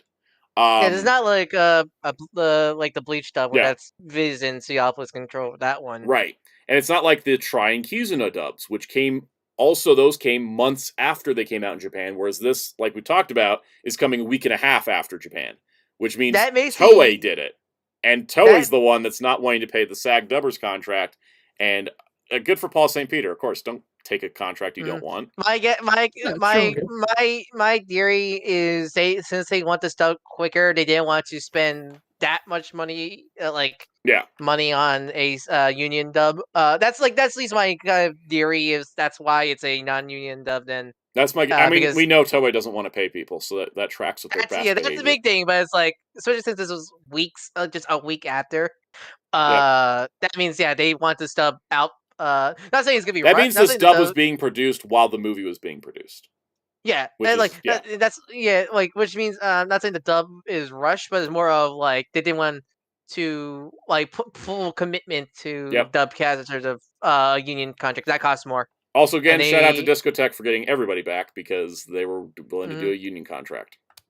And for actors in Japan, like Toma mentioned, they don't have a union for actors in Japan. They have agencies. They just have agencies, I'll say this for the other voice replacements. It's more of less of them wanting to replace the actors and more of they probably want to keep consistency. Yep. But the only exception is Brian Donovan because they were able to get him back. Yeah, because the reason why Brian Donovan wasn't in Kizuna was similar to because I asked Neil Kaplan directly about why he wasn't back as Hawkmon, and he said it was because that dub was recorded. The Kizuna dub was recorded during lockdowns, and if you did not have home recording, they could not use you, and that was why he wasn't back as Hawkmon. And then he went on this weird little rant about how he hated Hawkmon, but I guess he's totally cool with it now. Paychecks are paychecks, guys. So I think some of the Brian Donovan not coming back may have been for a similar reason of he maybe didn't have home recording equipment. The 2020 was rough for dub actors. They were told if you can't home record, you can't play the gig. And that's why there was replacements in Kizuna. Because of that. Also, Robbie Damon will be back as Armadillomon as he was in Kizuna. Going forward, AJ Beckles will play Louie, the new character. AJ Beckles was Matt in the 2020 dub. And then the interesting weird part was that young Louie is going to be played by Aaron Yvette as well as Anjouwamon. And that is the 2020 Gatomon and Anjouwamon voice. When Kate Higgins did Anjouwamon in Trying Kizuna, as well as Gatomon, which would make sense. I think I'm looking at Beyond the Voice there. Anjouwamon was not voiced by. It's we don't know actually because I'm looking at Beyond the Voice there. We don't know her dub actors unless Beyond the Voice actors did. It was Kate Higgins. Get the credit. Kate Higgins did the voice for Anjouwamon. I don't think it was credited, but that was confirmed in an interview she did. I think the same with Kizuna because according to Beyond the Voice actor, they think it's Erica Limbeck who did Anjouwamon and Kizuna because they when it comes to actors they think they know, they put a little ear icon thinking that sounds like them. I'm still wondering again now the thing is the weird part is the recast and Trying Kizuna, where's Mary Elizabeth McGlynn? She's not missing. She's still working. I think some of it is it's more a budget thing. It's got to be a budget thing. the budget also again, imagine for at least the main cast, it's a consistent. They want keep consistent. I think they want consistency between Tri-Kizuna and the beginning if they can. But the question is where was Mary Elizabeth McGlynn for Tri? Yeah, it's schedule conflict. Also, that's another thing. Yeah, because she's a voice director as well. So. Then again, knowing certain things with the Bleach stuff from Studiopolis, I won't be surprised there's a lot of miscommunication also. Studiopolis sounds like they're a terribly run organization who are probably not cut out for this job. Shout out to Discotek and Sound Cadence for their Digimon movie redubs getting everybody. Yeah, it's like no wonder a lot of pick up. They just use Bang Zoom for a lot of dubs. Mm-hmm. Who did 2020? I'm going to see if they credit. Yeah, go look up 2020. 2020. Spin Dash, yes. 2020. Digimon Adventure 2020 recast everybody, just like they recast everybody because it's supposed to be a separate universe, so they want a completely new cast. They did tell the original Digimon cast that was still around, "Hey, we're not using you for 2020 because it's a separate thing." But that's fine. I don't mind the 2020 Handsome cast. It should be. It's supposed to be a different thing. Well, so we don't have no. Zeltrax, Viz Media contracted Studiopolis to do the Bleach dub. Mm-hmm. So it is down. Usually, when they contract studios, the studio does the casting. Mm-hmm. Yep. I think the last thing on the Digimon topic was let's see. Jamie's World said, "What dub actors from 02 are not back?" Cody, because he aged up, so it has to make sense to him not to come back. Wasn't Cody voiced by Felice Spencer? Yes, in 02, but grown up. Felice Spencer's died. Yeah. But I'm talking about I'm talking about I was like beginning. In beginning, yeah, but I mean also Felice Spencer died. Yeah, Felice. So that's what they're getting new actors for the redubs for the movies. Right. And then Yoli's actress, I think, retired. Yeah, she retired. She didn't come back for the redubs either. So she just retired. So that's why. And then Gatomon's a recast. Gatomon, Patamon, Kari, TK. They're all recast, but they're all the same from Tri. But they recast. What was the reason? What was it? Doug Erholtz said, "I can't do TK's voice anymore because I'm too old." Which is weird because he's coming back. But then he came back for the movie redubs. But I feel the movie redubs that was attention. They got him back just to. I think he was like, I'm just gonna wing it, like because he said I couldn't do the TK voice anymore. I sound too old, and that's why they gave him the part of the teacher, because they asked him and he declined. I think I'll say this with the Discotek movie redubs. I think the point of them is not to exactly like it's more of nostalgia. It's nostalgia based, not let's match it exactly. It's more that's if an actor sounds a little off, they just sound a little off. Yeah, no, like they're gonna they got Doug to replace CK just because just to feel accurate because they want to make the dubs sound like the classic dub, but just more Japanese accurate. I think that's different. That's why the nice part is Ken and Davis are the same actors as the original. That's why I don't mind the recasts for the Kizuna movies because there's reasons why I don't automatically think it's spite or anything like that. It's very unless we hear situations like Paul St. Peter going, "I wanted a union contract and they wouldn't give me one." Yeah, and that's a Toei thing. Yeah, and he confirmed that was a Toei thing, and not surprised. Welcome, Crossiossi. So and then with the Digimon side, Hawkmon, Patamon, are the only. Or Hawkmon, Patamon, and Vmon are originals, and then the other three are Tri-Kizuna or recasts. But I think we're ready to move on from this. I think I'm so excited for Digimon 02 the beginning. By the way, we are 9 days out. Also, I'm assuming with the will, Mark didn't put any spoiler because spoiler. He didn't put any spoilers on the cast article, but he did do a review that has all kinds of spoilers. So it was good for him not to spoil because I know it's lack of evolutions. Yes, he did. He said specifically. He said specifically. I didn't list certain names because they would be spoilers.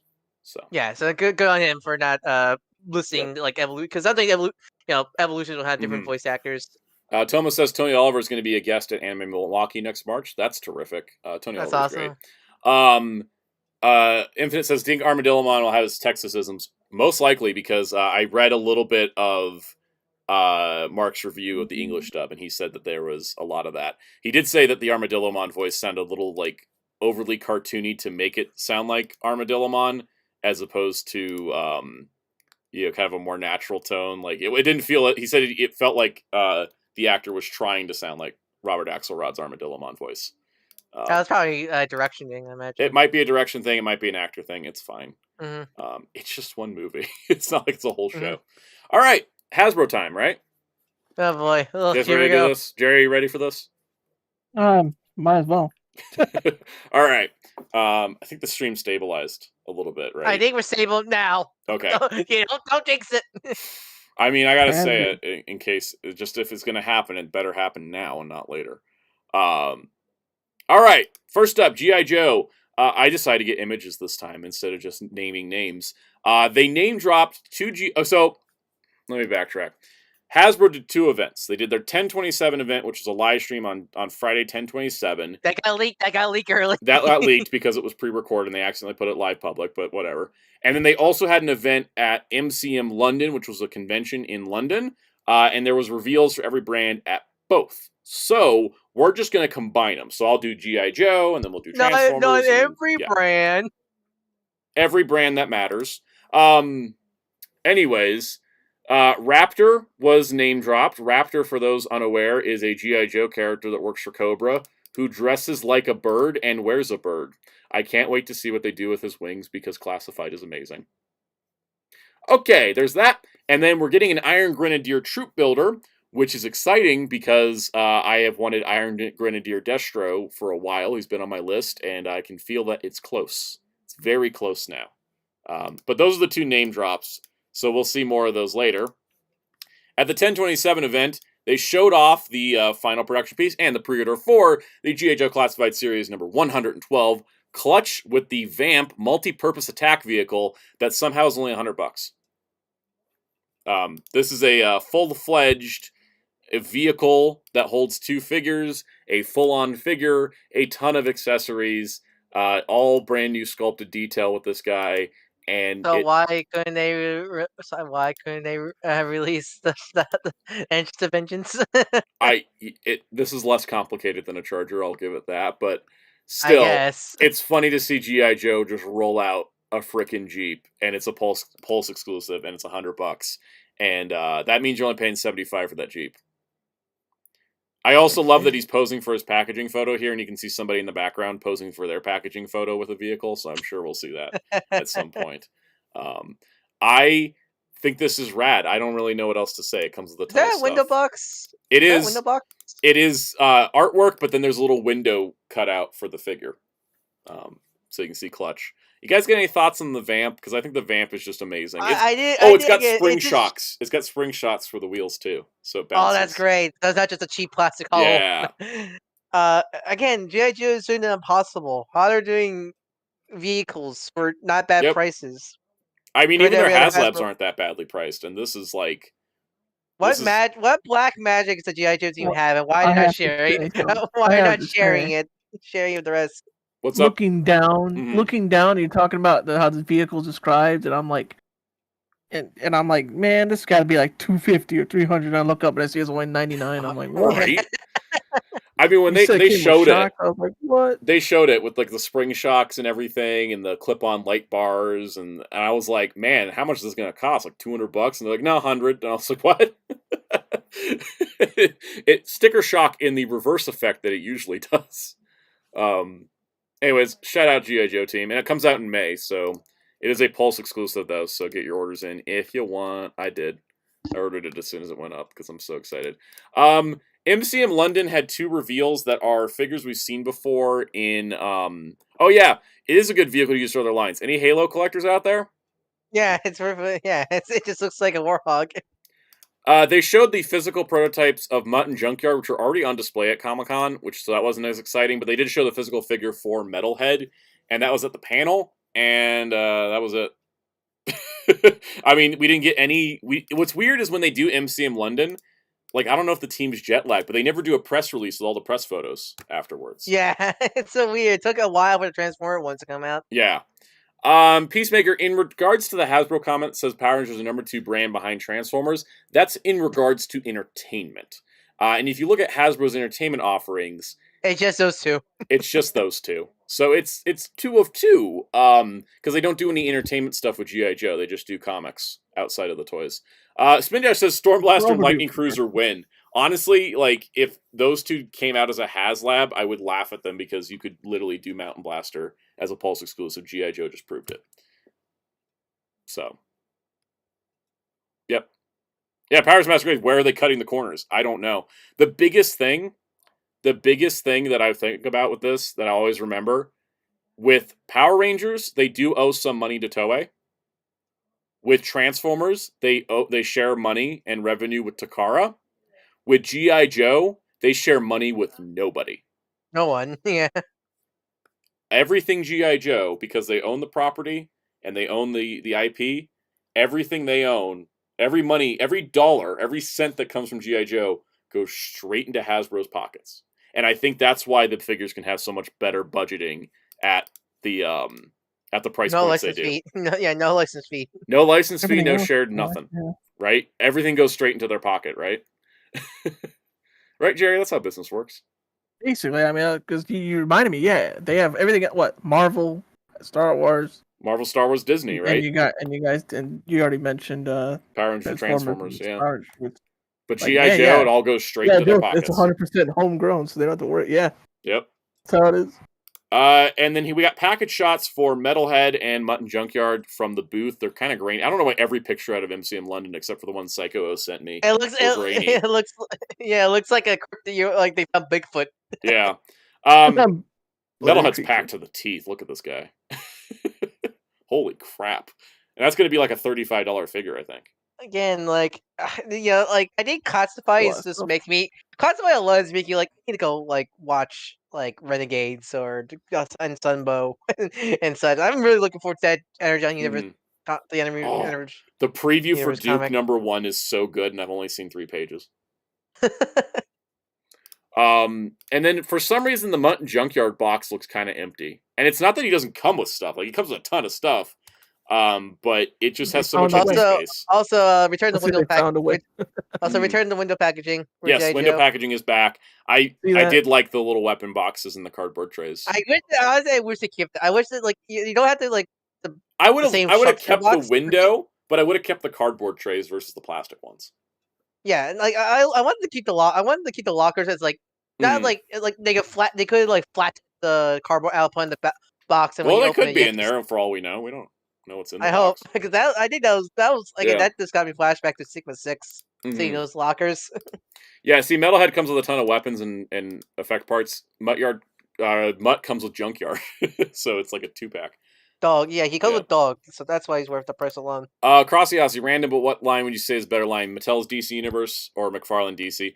I'm still gonna give it to Mattel. That's like one of my favorite toy lines of all time, because they did so many characters and there was so much variety.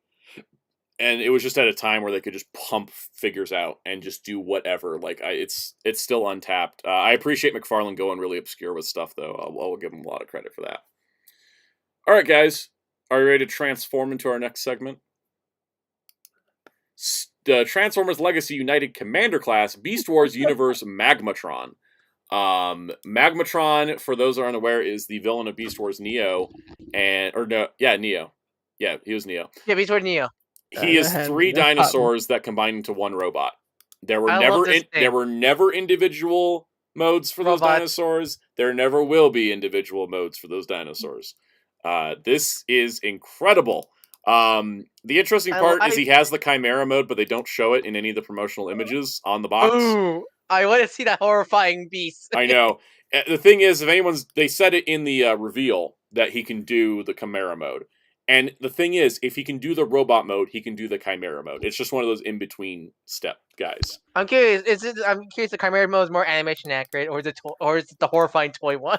I guess we'll find out in July of next year. I'm not exactly sure why they put him up for pre-order so early. This is the earliest we ever got the Commander class ever. It's reminding me though of how like Armada Optimus said July, and I reviewed him in May. I know, the leaks. Yeah, so I reviewed mine in May of all things. So what's nice is I guess it's one of those they knew this thing was gonna leak eventually, such with the poster. Might have to reveal it now. So we're just waiting for a tidal wave. We're waiting on tidal wave now. I think, yeah, he's going to come in sooner. Spin Dash says, not knowing Transformers, every time I see another toy from a Japanese-only show, I get more brain damage. Honestly. Like, you don't know how much brain damage exists in Beast Wars 2nd and Beast Wars Neo. I was just going love to bring it. that up. Let's do a poll. Let's do a poll right I now. see this. I see this and I love it because we never get this in Transformers ever again. So I was So like, I many take Beast Wars Neo that I don't know of, but we still got toys of. Yeah, we did get a bunch of the Beast Wars Neo as toys because they brought them over for Beast Machines. But no big con. Oh, the boxer teases big convoy there. Yeah, that's what I was going to point out here. There's a Tusk. I need to watch Beast Wars Neo, and I need to. I heard great things about it. I need to watch. I need to watch Second and Neo. Big Convoy, I think you should do as a commander as well. Okay, how do you localize his name? Because I don't think Big Prime makes it. Mammoth Prime. Mammoth Prime, yeah. You did Leo Prime, let's do Mammoth Prime, you know? Exactly. Spin Dash, a Transformers viewing guide is a good idea, and I don't know if that's even on my video ideas list. I don't think anyone's done that yet. Nope, so. I'm going to put that on the list because there is... I won't say Transformers is a messy franchise. No, it's not, but there's a lot of continuity. It's got continuity stuff, so... When does Transformers 1 come out? Is it 2024? Next year. It's next year. I might do it before then. I might start pumping out some more viewing guides soon, because I really like doing those. Anyways, I'm so excited for Magmatron. He's so stupid. That's why I put a poll up, because I reviewed the last couple commander classes, and they've done decent numbers, so do you guys want to see another one? They also confirmed we're getting Silverbolt and Legacy United Wave 2, but no pre-orders yet. I just didn't include a slide for that, because we already saw him. He got... Actually, was it a leak or officially revealed by Takara? Officially revealed by Takara. They just got to reveal it first. Yeah, so that is might as well. He's already out. Might as well reveal now. Muteki, if you give Big Convoy his Matrix cannon, that's what I was thinking when I said Commander as well. Is you could slap in that cannon a lot easier than if he was a leader. If they do more Neo characters, I want them to have their dead votes as a play feature. They better. All right. In other Transformers news, we got Studio Series news at MCM London, and they did actually release the press photos for these. Starting with Core Class Movie 6 Rumble. I told several of my friends when we got listings. We got listings for Movie 6 Rumble and Movie 6 Megatron, and everybody was trying to speculate, oh, did they mislabel 86? Did they do this and this? And I was like, watch it just be concept art versions of what if Rumble and Megatron were in the Bumblebee movie, and that's exactly what we got here. We'll look at Megatron later. Yeah, we're getting to the point where we're running out of characters to make, except for Skid and Mudflap. We'll never make Skids and Mudflap. Nope, never make Skids and Mudflap. But boom, there is Rumble, and he should fit in the chest of the Bumblebee movie. He turns into his crushed cube form. Yep. He's doing his animated Blur costume for Halloween. Yeah. I didn't really like the design. He looks like a mini Bruticus. He looks like a mini Bruticus to me. He does. I love the pile drivers, like just being the arms. That's great. It's funny because I think I don't remember. I don't make sure it was a cut thing. We'll get to Megatron, but I don't think Rumble was ever part of the concept. He was in a tie-in comic, I think. He looked nothing like this. We do have a listing now for a Sunstreaker. So it's like they're going crazy, and I like it. I like it a lot. Hey, look, actual movie character. Yeah, actual movie character. Did everyone remember Mohawk from last night? Because I don't. I tend to block out most of the last night in my brain, except for Anthony Hopkins. Well, I never remember happening last night. That movie, oh my god, it has 450 different aspect ratios. Like, the aspect ratio changed in a scene about 10 or 12 times between shots. But anyways, Mohawk was one of the Decepticons, right? Was that his thing?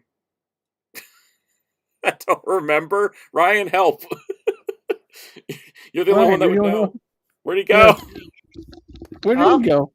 What? Sorry. What do you guys see? Was Mohawk a Decepticon? I don't remember. Yes, he was one of Megatron's crew in last night. Okay. He was one of the ones that the Decepticons had personality for 5 minutes, and then they just... before they blew up. Yeah, okay.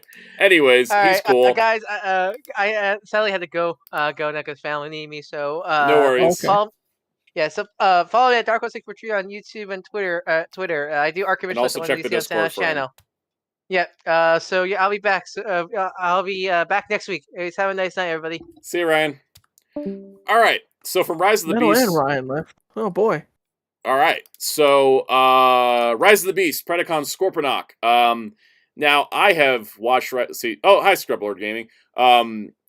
I have watched Rise of the Beast twice, and I can't remember what the color scheme on Scorponok was, but I like this purple thing they got him going on with.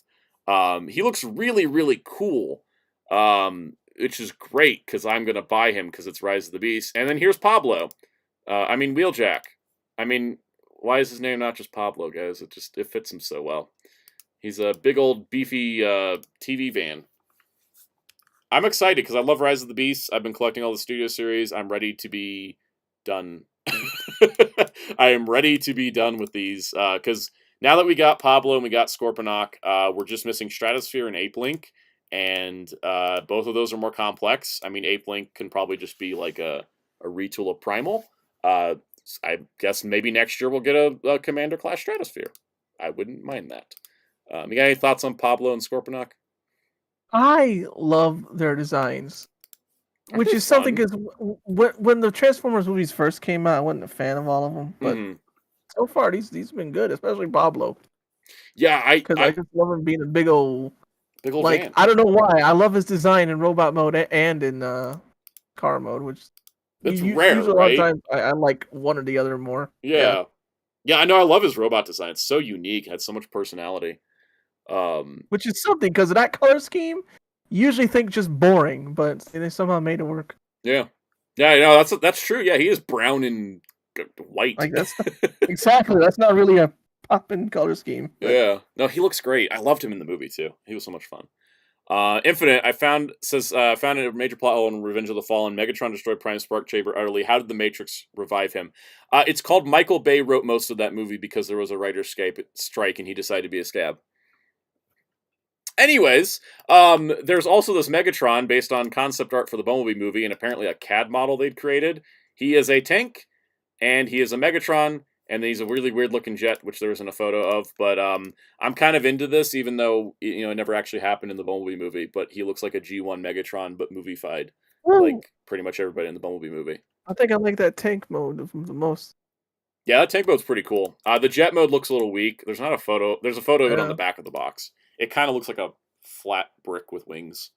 I'm into this concept idea, like it kind of makes me sort of want to go back and get like Brawn and Bumblebee and RC and Wheeljack and stuff. But I'm also kind of good with my Rise of the Beast. But I'm kind of like maybe Decepticons, like maybe I'll get this Megatron. I'm thinking of getting the Megatron because it looks so good. And I'm definitely getting the Rumble because I have the Soundwave. But I like that they're like, here's this aesthetic. Let's just put characters in it that weren't in it in the film. I think it's a good way to expand the line, and better than the Studio Series Gamer Edition, which I think aren't included here. And I will go find those because we missed a couple because I was waiting for their official reveal. And guess what? They didn't put it in the article. Thanks, TFW. You missed a couple things just because people found them and they leaked. And you know what? Let me just say this. I think that the new Junkion looks fun and the Gamer Starscream looks crap. So... there we go. Infinite says, where was Bumblebee, or was Megatron in Bumblebee and Rise of the Beast? Nowhere to be seen, but very, very excited to find out what they'll do with them. Because I kind of like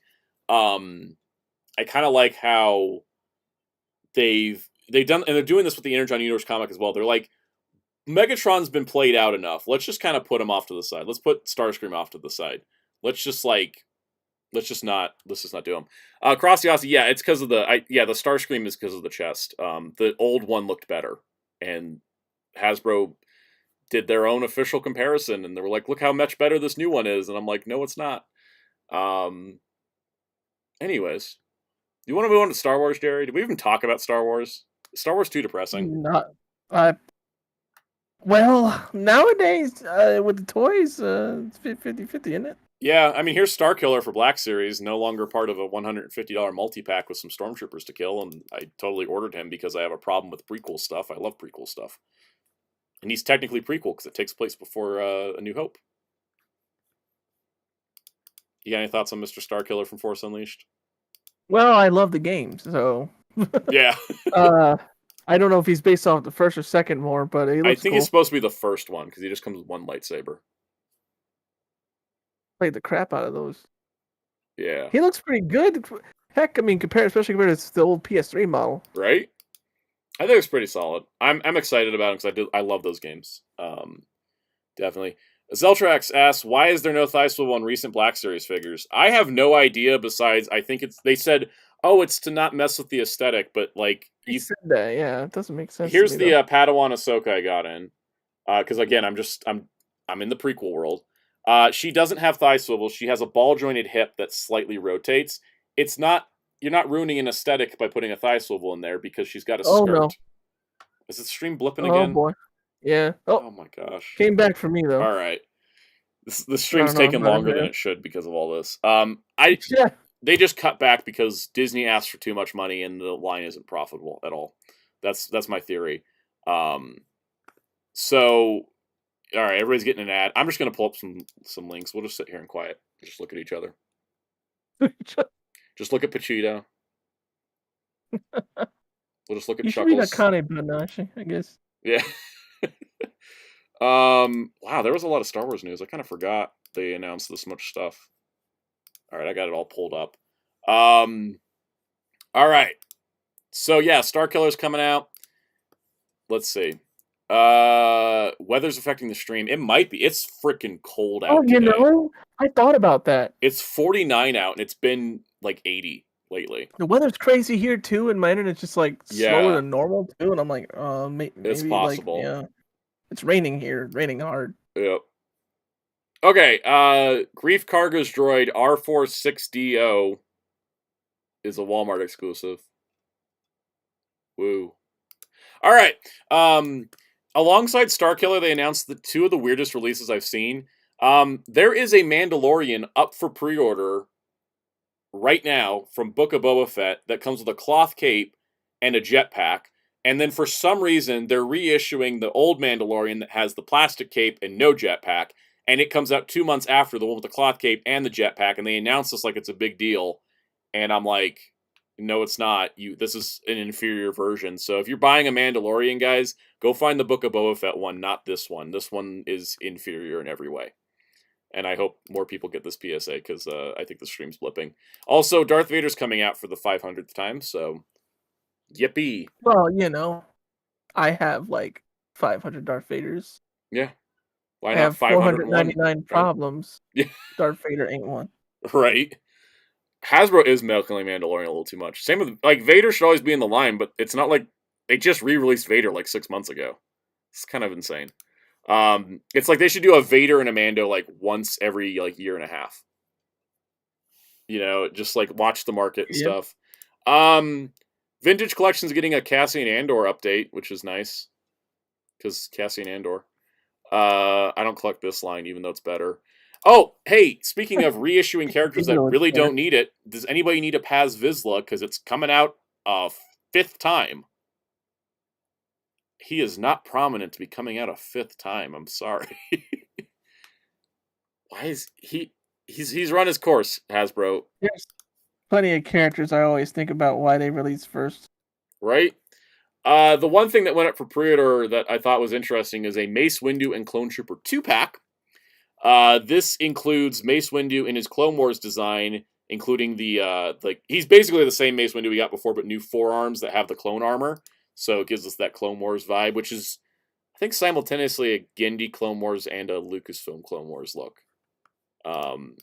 And then we get a purple Clone Trooper, which is part of his squadron. Kind of sucks if you're trying to army build purple Clone Troopers because you have to buy more Mace Windus. But you could use those arms on other figures, which would be kind of neat. I didn't buy that either. So it's also $44.99 instead of like $50, so at least they put a discount on it. All right. At MCM London, they showed off a Vintage Collection Count Dooku, the first time Dooku has ever been in Vintage Collection. For some reason, he's not retail, he's fan channel exclusive. That's weird. They've got Finn from The Force Awakens, also fan channel, and another Phase 1 Clone Trooper, or Phase 1 Clone Trooper, also fan channel, even though I think all these are in demand. The same thing as P Pulse Die? Yeah, fan channel's more like it's everywhere but Walmart and Target. So SSJ4 Jason, you don't want to start stir whip whip stir whip whip with me because I will stir whip whip stir whip whip Oh, beat boy. stir whip. Okay. Oh boy, that's that Christmas thing. Yeah, we need a Hey, whole Christmas, box set. They have a Life Day Chewbacca that just came out at the Disney parks where he's in the red robe and everything, and I'm like, okay, so where's the whole series of holiday special guys? So I've asked the question why Black Series didn't do more Battle Droid variants, and now they're doing a Phase 2 Clone Trooper and Battle Droid 2-pack for Shop Disney. Which would be great, except Shop Disney's going to upcharge it. Because it's Shop Disney. So, but we are getting a Revenge of the Sith Emperor Palpatine, which will be our first Revenge of the Sith Black Series figure. And I'm actually kind of excited for that, and just like because I'm on my prequel kick, like always, I'm probably going to get that. If I'm going to be honest, there's like 100 Battle Droid variants in canon, but they've only made like 5 in Black Series, and that's not even including Super Battle Droids, which they've never touched. And then there's going to be a 4-pack for Hasbro Pulse and Shop Disney that contains Luke Skywalker, his evil clone Mara Jade, and the Old Man. And a lot of Vintage Collection fans were upset that the Black Series is getting these Legends characters all the time when Vintage Collection is the scale that they actually want them in. And I 100% agree. Oh, you told me about that, yeah. Like, if you're doing old Legends comic stuff, why is it not in the old fan scale? You know, like, Black Series is typically, like, newer collectors. And I think that making this pack for Black Series instead of Vintage Collection is kind of a mistake. I think it would have been better served for Vintage Collection, because Black Series collectors, on average, I don't think care about those characters the way that Vintage Collection fans do. Just, again, on average, not generalizing everybody. So, anyways, Vintage Collection, though, is getting a hologram Ezra from Ahsoka, a Rebels Season 1 Zeb and Kanan, so that's good. And then Vintage Collection is also getting a Ahsoka Trooper pack with Enoch and the Zombie Trooper guys. So that's pretty cool.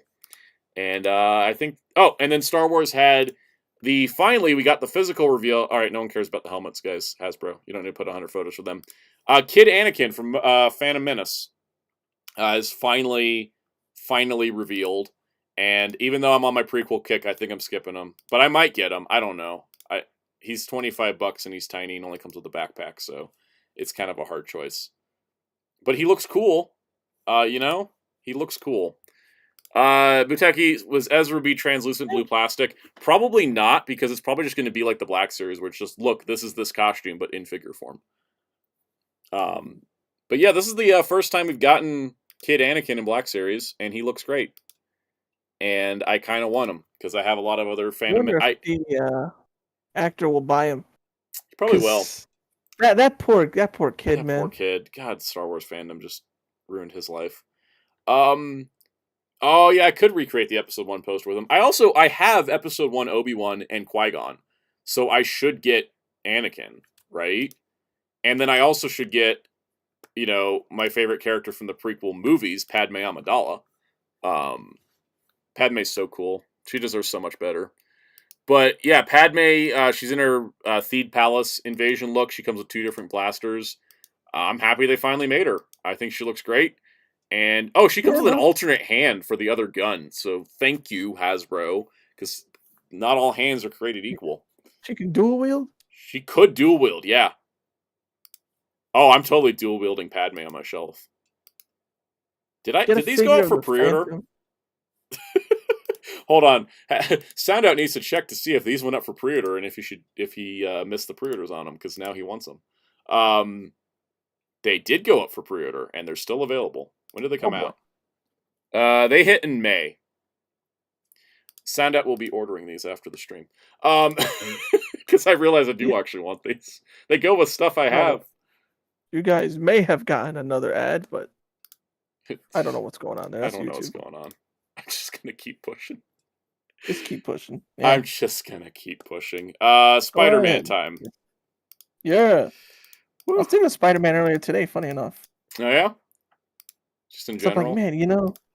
Well, specifically the games and how Miles Morales is pushed now, but that's not a bad thing. It's not. Because Miles, it's funny when I'm playing Spider-Man 2, I prefer to play as Miles over Peter because I think his powers are cooler. He has the electro thing, so The electricity stuff is so cool. Meanwhile, Peter's just like, I punch things, and Miles like, I lightning punch things. The Baxter Building's in the game? I didn't know. it? Is it? Because I hadn't seen that. Anyways, yeah, it is the 25th anniversary of Episode 1. That's a good point. So speaking of Spider-Man, Last Stand Spider-Man, who I just look at going, man, I could customize you into other people that wear leather jackets and pants. Maybe Robbie Reyes. He's coming out. He looks cool. Oh, that's cool. I like I love that jacket. I love the jacket, yeah. That's like a design I would have made. Right? I think it's pretty cool. I think he looks really great. I don't know. Again, I kind of want to buy him. All right, I'm gonna have to look for the Baxter Building. I'm gonna have to look for the Baxter Building now. That's my new goal. I'm like 82% done with the game. I'm so excited. I'm like I've never played a game this fast because I love it so much. Anyways, Last Stand Spider-Man, I think I want to pick up and try to see if I could customize something with that jacket, or just keep it as is. It's kind of rad, right? Spider Go Buster. Yeah, Spider Go Buster. I look at it and I'm like, oh, that would be the basis for a Robbie Reyes custom. Oh, that too. You know, that's my thought. All right, do you know anything about Jack-O-Lantern? Jack-O-Lantern. Who I probably should have ordered because he sold out apparently. Jack-O-Lantern is now in his classic design with his little little sled thing. Jack-O-Lantern head. He's so funny. I was thinking Shin Megami. Oh yeah, Shin Megami Jack-O-Lantern. Yeah. He looks great. I love it. He looks so much fun. I probably should have pre-ordered him, but he'll be around. It's Marvel Legends is not hard to come by these days, on average. He looks so cool though. I think he looks great. Honestly, he kind of looks cooler than Green Goblin. At least some of them. I think so too. Some Green Goblins look whack. I gotta be honest. Mm-hmm. We got a brand new Ben Reilly Classic Scarlet Spider. This is our third one. This one is on a brand new body, which is the Renew Your Vows body mold that I really like. So I should buy that whenever I get money finally to replace my. I'll still keep them, but I have a giant 2-foot Scarlet Spider toy. Oh yeah, you know that? Oh, that's so cool. I would get him, I guess, so I could actually display that one. Yeah, because the 2-foot one is just hiding, too big to go anywhere. It's too big to put places. Yeah, this was. This being on that new body mold, it's going to be really good because I bought a whole Daredevil 3-pack just to get Daredevil on this body because the body was so good. Yeah, I still have for order on Amazon. It's just sold out on Pulse. I'm tempted, but I'm also like I have so many Spider-Man figures, I need to chill. But it looks really good. I might get it. We also have Spider Shot, renamed from Spider Assassin because legal. This is the guy that doesn't have web shooters. He has guns as web shooters. Oh, yeah. The best kind of shooters. Yeah, and he comes with effect parts for it, too, which is kind of cool. I think it's fun that they're making, like, crazy variants again. I'm probably not picking him up because he's kind of just a novelty piece to me, but if you're putting together a Spider-Verse, you can put together a Spider-Verse. All right, then next up we have Tombstone. Before they did him in the V-neck kind of disco look, now they've done him in a business suit. And he comes with a crowbar and 2 different heads. I like Tombstone. I think this looks better than the previous Tombstone. I didn't see the previous one, but that one looks good. Yeah, this one I think this looks great. I'm tempted, but I don't like to double dip as much anymore. You know, money. They are $25. But he looks really good. Yeah, I'll pick Miles over Ben. Because Tombstone, would you want to see a Jigsaw figure like that? Oh, the Daredevil villain? Yeah. I think they made one already like that. Oh, did they? And he came with like 9 different weapons. Like bats and crowbars and what's that other mob character? Falcon or Hammerhead or something like that? Hammerhead. They did make Hammerhead as well, yeah. Actually, I think Tombstone was the only one they didn't do in a suit. Now thinking about it. Yeah, I don't know Hallows Eve besides the fact they gave her own solo book after she barely existed. But she looks cool and she comes with like these masks of the Dracula and the devil. Barely existed. I don't know what her deal is, but she looks She's cool. that meme from The Office, you know. Yeah. Steve, what's his name? Steve the Carell. actor.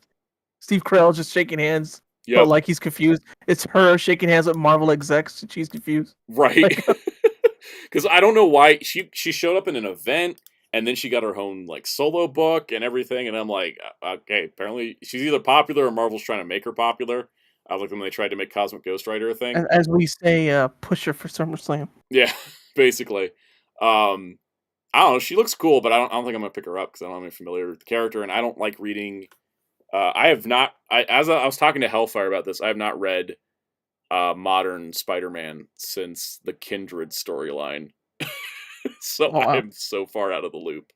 So am I. Yeah, but that is our Marvel news. Ended.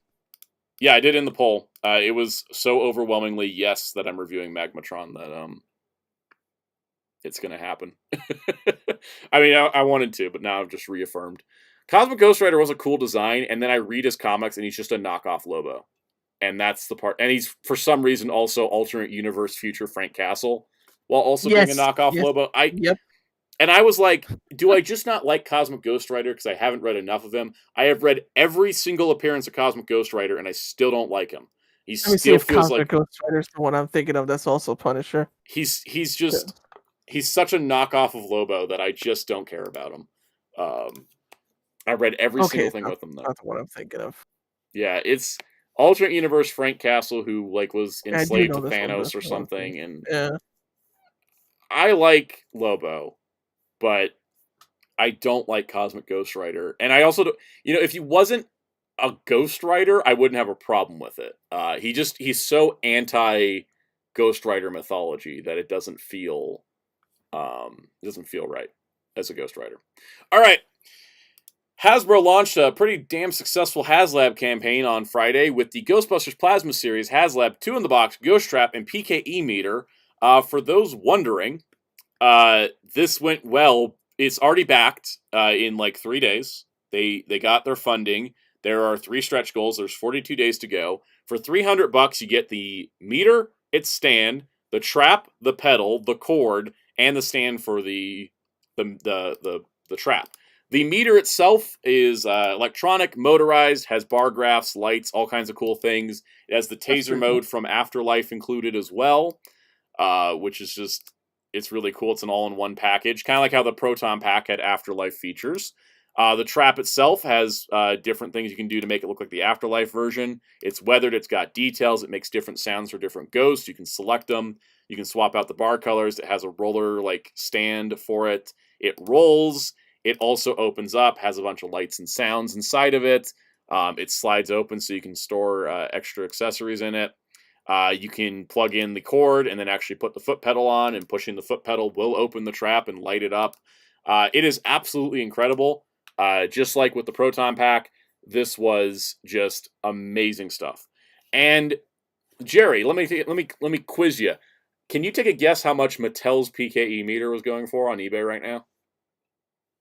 Mattel's PKE on eBay. Yeah, the old Mattel one from like Ghostbusters PKE like 8 years ago. Yeah, what do you think the Mattel one's going for?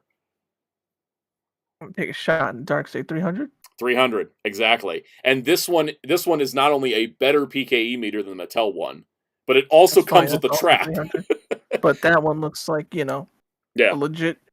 Like that almost looks like straight up the prop. Yeah, they apparently scanned it with the prop. They worked with Ghost Core on it. Like this was amazing. Like, so basically for the price of what you could get the Mattel PKE meter for, you can get the Hasbro trap and meter. It's better deal. Just get that. Yeah, it's better, and it's updated for Afterlife and everything too. Infinite, I agree. We do need a 6-inch scale Ecto 1. I just have a feeling those figures didn't sell well enough to justify it. I am glad though that this isn't the Ecto 1 because I couldn't afford this right now. It's just a true reality of it. But I got to say that this is an incredibly laid out package. They did say that people complained that the Proton Pack stand was included only in the final tier, so they moved it. Now the stands come in the base package, which I think is great. They should have, Crossy says, honestly wish Hasbro did some of the real Ghostbusters ghosts from Plasma series. They should have done any of the ghosts. They didn't even do a Slimer in Plasma. Those were ridiculous. All right, so with all that said, what are the tiers for the campaign? It's actually good stuff. So the first tier is going to include the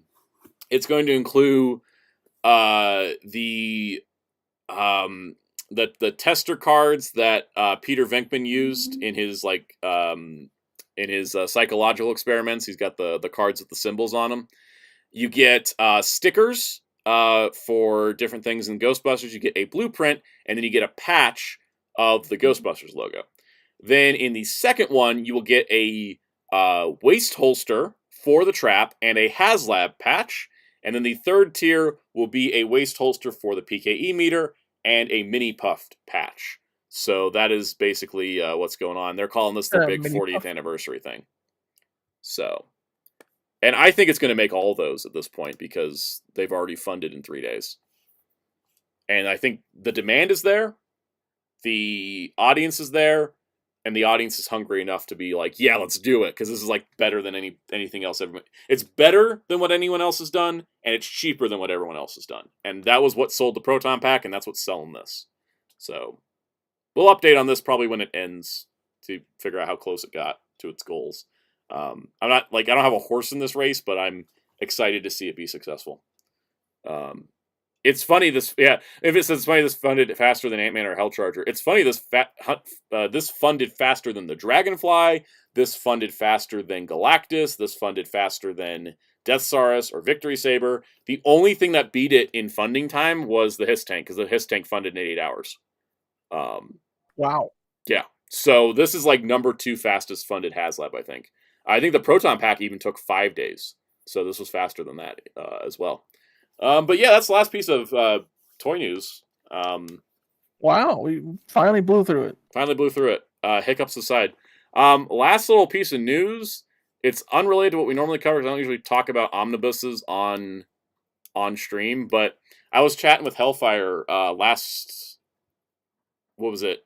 I was talking about like at 3 in the morning. We were having a conversation about Marvel events, and I talked about how I really like Devil's Reign, and I was trying to decide if I should buy the omnibus for Devil's Reign or wait to see if it was going to be in the Chip Zdarsky Daredevil Omnibus Volume 2. And I went and mapped out what an Omnibus Volume 2 would have, and it would have enough room to put the 7 main issues of Devil's Reign plus the Daredevil Woman Without Fear tie-in, because the first omnibus was 30, so the second omnibus had 20 issues, but if you include Devil's Reign, it makes 30, and since Devil's Reign's like an important part of that Daredevil story, it would make sense. And so I said that to Hellfire, and then I woke up to the news that they announced the Daredevil Omnibus Volume 2 with the exact same contents I had predicted just like 5 hours earlier. And it was an early announcement because it's not coming out till January 2025, but they just decided to announce it early so people know it's coming. And I think my brain exploded a little bit at that. That was a little bit too much for my brain to handle, to be honest. I was like, how do we predict it down? Yes, Hellfire's right. This technically happened Sunday morning. Yeah, my brain exploded when I saw the news because for those wondering, like, if you want to keep up with like Marvel omnibuses and stuff, Near Mint Condition is a YouTube channel, and Uncanny Omar runs it, and he's great. But he has a direct line with Marvel, and they tell him to announce omnibuses for them. And so he had it was like a breaking news. Here's a new omnibus, and he was talking about it in the video, and he said, oh, it's a popular character and a popular run, and it's getting its second volume to wrap it up. And I was like, you got to be kidding me if he actually was about to say Daredevil by Chip Zdarsky Volume 2. And that's exactly what came out of his mouth. And I was like, what? I was just talking about this like just hours ago. It wasn't even like that long. I even screen capped it, but it was just like, I just put it I have it on my phone because I don't feel like transferring it to the computer. But there it is. Daredevil, Chip Zdarsky Omnibus Volume 2. The exact same contents that I predicted. It's like, okay. And so the thing is, right after that, I went and canceled my Devil's Reign Omnibus pre-order because I'm like, I don't need that anymore. I do not care about the tie-ins to that event. I just wanted the main event. If it's the main events in the Daredevil Omni, I do not need to have I don't need to have everything. Sorry, it still says news time. I guess it's technically news. We'll chat for a minute. All right. Just because we did finally get through the news. Infinite says, Soundout, you're going to pick up the Sora amiibo. Yes, I am. Definitely 100%. I have not collected Amiibo for years to stop now, especially one away from the end. You know, I have all the others. It's going to end. And I do want to make a video. I do want to make Amiibo War Stories as a video eventually. Amiibo War Stories. I mean, oh man, it's yeah, been I know easy. What you mean. It's been easy since Ultimate, but the Smash for Wii U days was that was not fun. That was not a fun time at all. And I want to recount all those stories. I want to get like witness testimony called my mom and dad who helped me get them. I only bought one Amiibo, and it wasn't even for me. It was a gift. It wasn't one of the ones where people were punching each other over them. I don't think so. I don't know. Did people punch each other for a peach? Yeah, at the beginning. Oh, well, I saw it happen at the GameStop once. Because Peach was really hard to get. Alright, I have now ordered my Anakin Skywalker, my Padme Amidala. I just want the chat to know that you all influenced me because I was covering them. I didn't give them a second look. I kind of just was like, Black Series, whatever. And then I looked at them like, oh no, I actually do want those. So, Crasiasi says, remember that guy who hated Rosalina so much he bought all of them to go piss people off? Yeah, I remember that. Hated that guy because she was a Target exclusive. She was hard to get. Oh, yep. That was a nightmare. Muteki says, Spider-Man have the power to become a cube because I didn't know Spider-Man could do that when I was playing the game. He has the power to become a cube in certain situations called playing the game too long.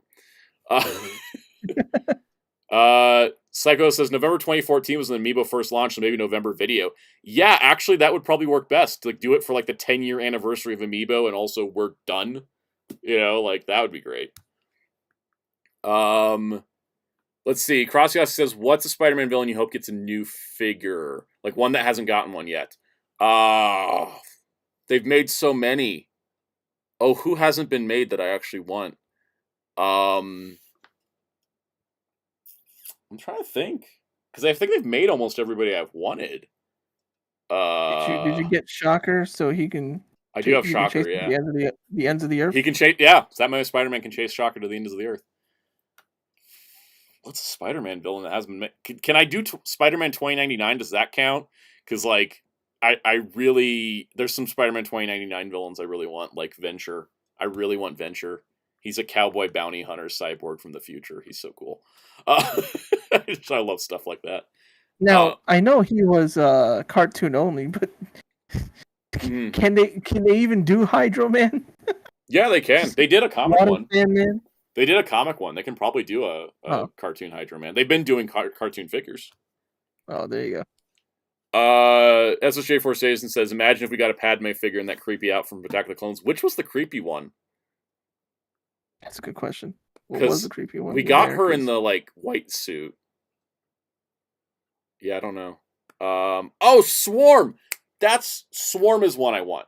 I definitely want Swarm. That's true, they haven't made Swarm. Spot? Yeah. Jeremy Carr says, considering I've watched the anime and OVA, how is that live action Palomar? It's nothing like the anime, but boy, you like Koichi Sakamoto's direction on Toku stuff, because it's 100% Koichi Sakamoto Toku. Infinite says, Into the Spider-Verse Green Goblin. Yeah, that's another one we need. The Iron Cross Army from Toei series, they can make them. They probably could, but they probably won't, because they probably won't think it'll sell. Big Wheel HasLab. Yeah, Big Wheel will be fun. Don Ranger Power has uploaded his latest video of part 3 of the Enterprise D tutorial. That sounds great. I'm glad you're working on those kits. Those kits are great. The AMT Snap Kit models, those are really nice. Yeah, I don't think there's any other toy news we didn't cover. It was kind of a weird light heavy week. It wasn't like super heavy, but there was enough stuff to talk about. Spider-Verse Kingpin would be cool. Yeah, I mean, he would just be like a giant brick. Psychos, what are the rundowns for the year? Definitely Marvel, GI Joe, and Power Rangers. TBD on everything else, because the Transformers one last year almost broke me and Ryan. We both had like mental breakdowns making that. So maybe we won't do Transformers again. It was a lot. It is a lot to cover Transformers in a rundown format of because they release so many figures, and then every figure is 2 to 3 figures because of the transformation. We might not do a Transformers one again. I'm proud of the one we did last year, but like I don't know if we're gonna do it again this year because it's a lot. It's a heck of a. It's more work than Month of Monsters was, if I'm being honest. I loved the way it turned out, but it was more work than almost anything. And it what are the views like on that one? Not to go all like analytics views. That's what decides what I want. Like, it kind of does because like if I don't, you know what I mean, Jerry? Right? Like if you put a ton of work into something and it doesn't do well, you don't really want to repeat that. Exactly, and I know exactly what you're talking about. Yeah. Oh crap! It did really good. The Legacy rundown has 5,925 views. That thing was low for a long time. When did it shoot up? Damn it! When you discovered it. Wait, was this before the whole thing of me saying I'm not a fan, and then you find out that? Yes, I think so. I think so too. SHJ Force Station. Which Akatsuki member would you like to see as an SHF? Kisame. Kisame, 100%. Shark Boy. Yeah, I love his sword too. I think it's awesome. Have they made a new Chameleon? No, they haven't made a new Chameleon in a long time. I'm surprised they haven't done the animated series one with the weird belt and everything. Yeah. Jojo Star says, I'm not excited for MHA Vigilantes anime because I want to see it animated, but more so I get figures of the characters. That's like the reason I want Vigilantes. Yeah, that's the reason I want the reason I'm excited for the Kaiju number 8 anime is not so much that I needed an anime, but that now we can get merch. Yep. That's a big thing. I didn't know they were anime Vigilantes. I was actually that manga I've been reading more than the regular My Hero because does more. Sometimes the spin-offs are better, you know. Crosscast says still waiting on Spider-Man India. Yeah, that's a big gap we don't have. India's got 2 comic designs now, and the Spider-Verse one got nothing. It's ridiculous. Infinite wants to see Sasori as an SHF. They could do wild things with him. Would you want him to be the giant scorpion puppet mode? Because I think that'd be cool. That'd be way cooler than his regular body, for sure. That'd be fun. I wish, sometimes SHF doesn't go super crazy, but when they do, Spider-Man India is a huge gap, especially after he's been in the movie. What's other there? I could sit here and list what are the most wanted Spider-Man things that Soundout wants, and it's just a list of 2099 characters because we only get Spider-Man and nobody else. Exactly. I was just gonna say, I literally was gonna say, you just get Miguel. That's it. Right, and even then with Miguel, I'm not happy with the current legend because he's on the skinny body, and skinny 2099 doesn't work. He is a big, beefy character. Yeah. He should be on a new body. Yes, Doc Ock and Scorpion from Spider-Verse as well. Yeah, those are 2 other gaps. Also, we never got Penny and Spider. We got a basic toy, but we never get Marvel Legends of them. Yeah. Where's Penny? Yeah, where is Penny? Let's see. Jeremy Carr says, why do you think Shout hasn't announced Writer Sentai home release? Last release was February. Last announcement was November 2022. If I were to take a guess, it's licensing cost. Licensing cost being not being outweighed by sales. The sales are not high enough to justify Toei's crazy prices. And then also part of it could be because they put Shirakura in charge of Writer and Sentai's global distribution, that maybe they just said, all right, we're hold off on everything. We're coming up with a new unified front, as opposed to them piecemealing everything out. That's my 2 guesses. It could also be both. Both could be the answer too. LPH says, will next year Month Monster will you do review toys like Jason, Freddy Krueger, Michael Myers, and so on? Not really, because I'm not a slasher fan. I don't really like slasher movies, so I don't really have any reason to pick up figures of slasher movie characters. I am 100% a monster movie guy. I want the monster that's tragic and kind of sympathetic, and you can relate to the horror of its creation more so than guy with knife kills people. Yeah, it's more of a wheelchair 21 thing for slashers. Oh yeah, he's definitely your slasher guy, 100%. let's see. Where are we at? Imagine if we got Team Dosu in the sound for his companions to Orochimaru. That'd be great. I'd be happy with that. I would buy more Naruto figures because they're so good. They're so good. Let's see. Crossguy said there's a Sentinel figure of Penny in her mech, but Penny's just an unposable figure. Yeah, that's kind of a bummer. Infinite, did you order the Kuwagata Odra SHF? Yes, I did. I got the payment request for him, Indiana Jones, and Metroid Dread Samus. And I have to wait a few days because payday. Again, when I was talking earlier about, like, I shouldn't have bought all this manga, that's what I was talking about. I kind of forgot that there was 3 figures coming out this month, which is not good. Don't forget about stuff you ordered, guys. That's my advice of the day. Let's see. Yeah. Daniel Falconer. Ami got banned. Yeah, guy Ami Banksy forgot about it, right? Yep. I think Figma Dread Samus is probably the last Figma I'm ever buying because she's like 12,000 yen for some reason. Oh man, Figmas and Samus and Link and all those Nintendo characters. They got so expensive being overpriced, and barely you can barely find them. Yeah, and the Samus being 12,000 yen is just like, why is she that much? Exactly. Daniel Falconer wants a Multiverse of Madness wave so we can get Pizza Papa. I mean, we just need Bruce Campbell in general. Like, I don't care what role he's in. We just need more Bruce Campbell. Psychos, are we missing Arc Ray and Rising Ixa? For Seihos, yeah, if you're not including the other Kiva forms. Rising Ixa, Arc Ray. Yeah, because we got all the main writers in the show. HasLab Leopardon for Spider-Man. That would be cool. Jojo Star says, like, if Vigilante ever gets an anime adaptation, would happily spend over 200 on the characters, like Figure Arts anime heroes. I mean, yeah, I know that feeling. Like, if someone starts making Kaiju number 8 figures, I'm buying everybody. Miteki says, I have to wait for enough items to ship that saves shipping. Yeah, I mean, good part with Ami, like, they hold all your items for a month, and you just have to pay for it at the end of the month. But supposed to. They're supposed to, but when all your items are in, they're asking for their money. Infinite says, Halloween tomorrow. This will be our last question because I'm ready to wrap up. What are you guys dressing up tomorrow as? I'm going to be dressing up as a guy making YouTube videos. What about you, Jerry? I'm going as Comfortable Man. Yeah. And you can experience the adventures of Comfortable Man and guy making videos on tomorrow's twitch.tv/FighterCows King of Tuesdays live stream at 4 p.m. Eastern. That's how you do a transition. That's pretty good.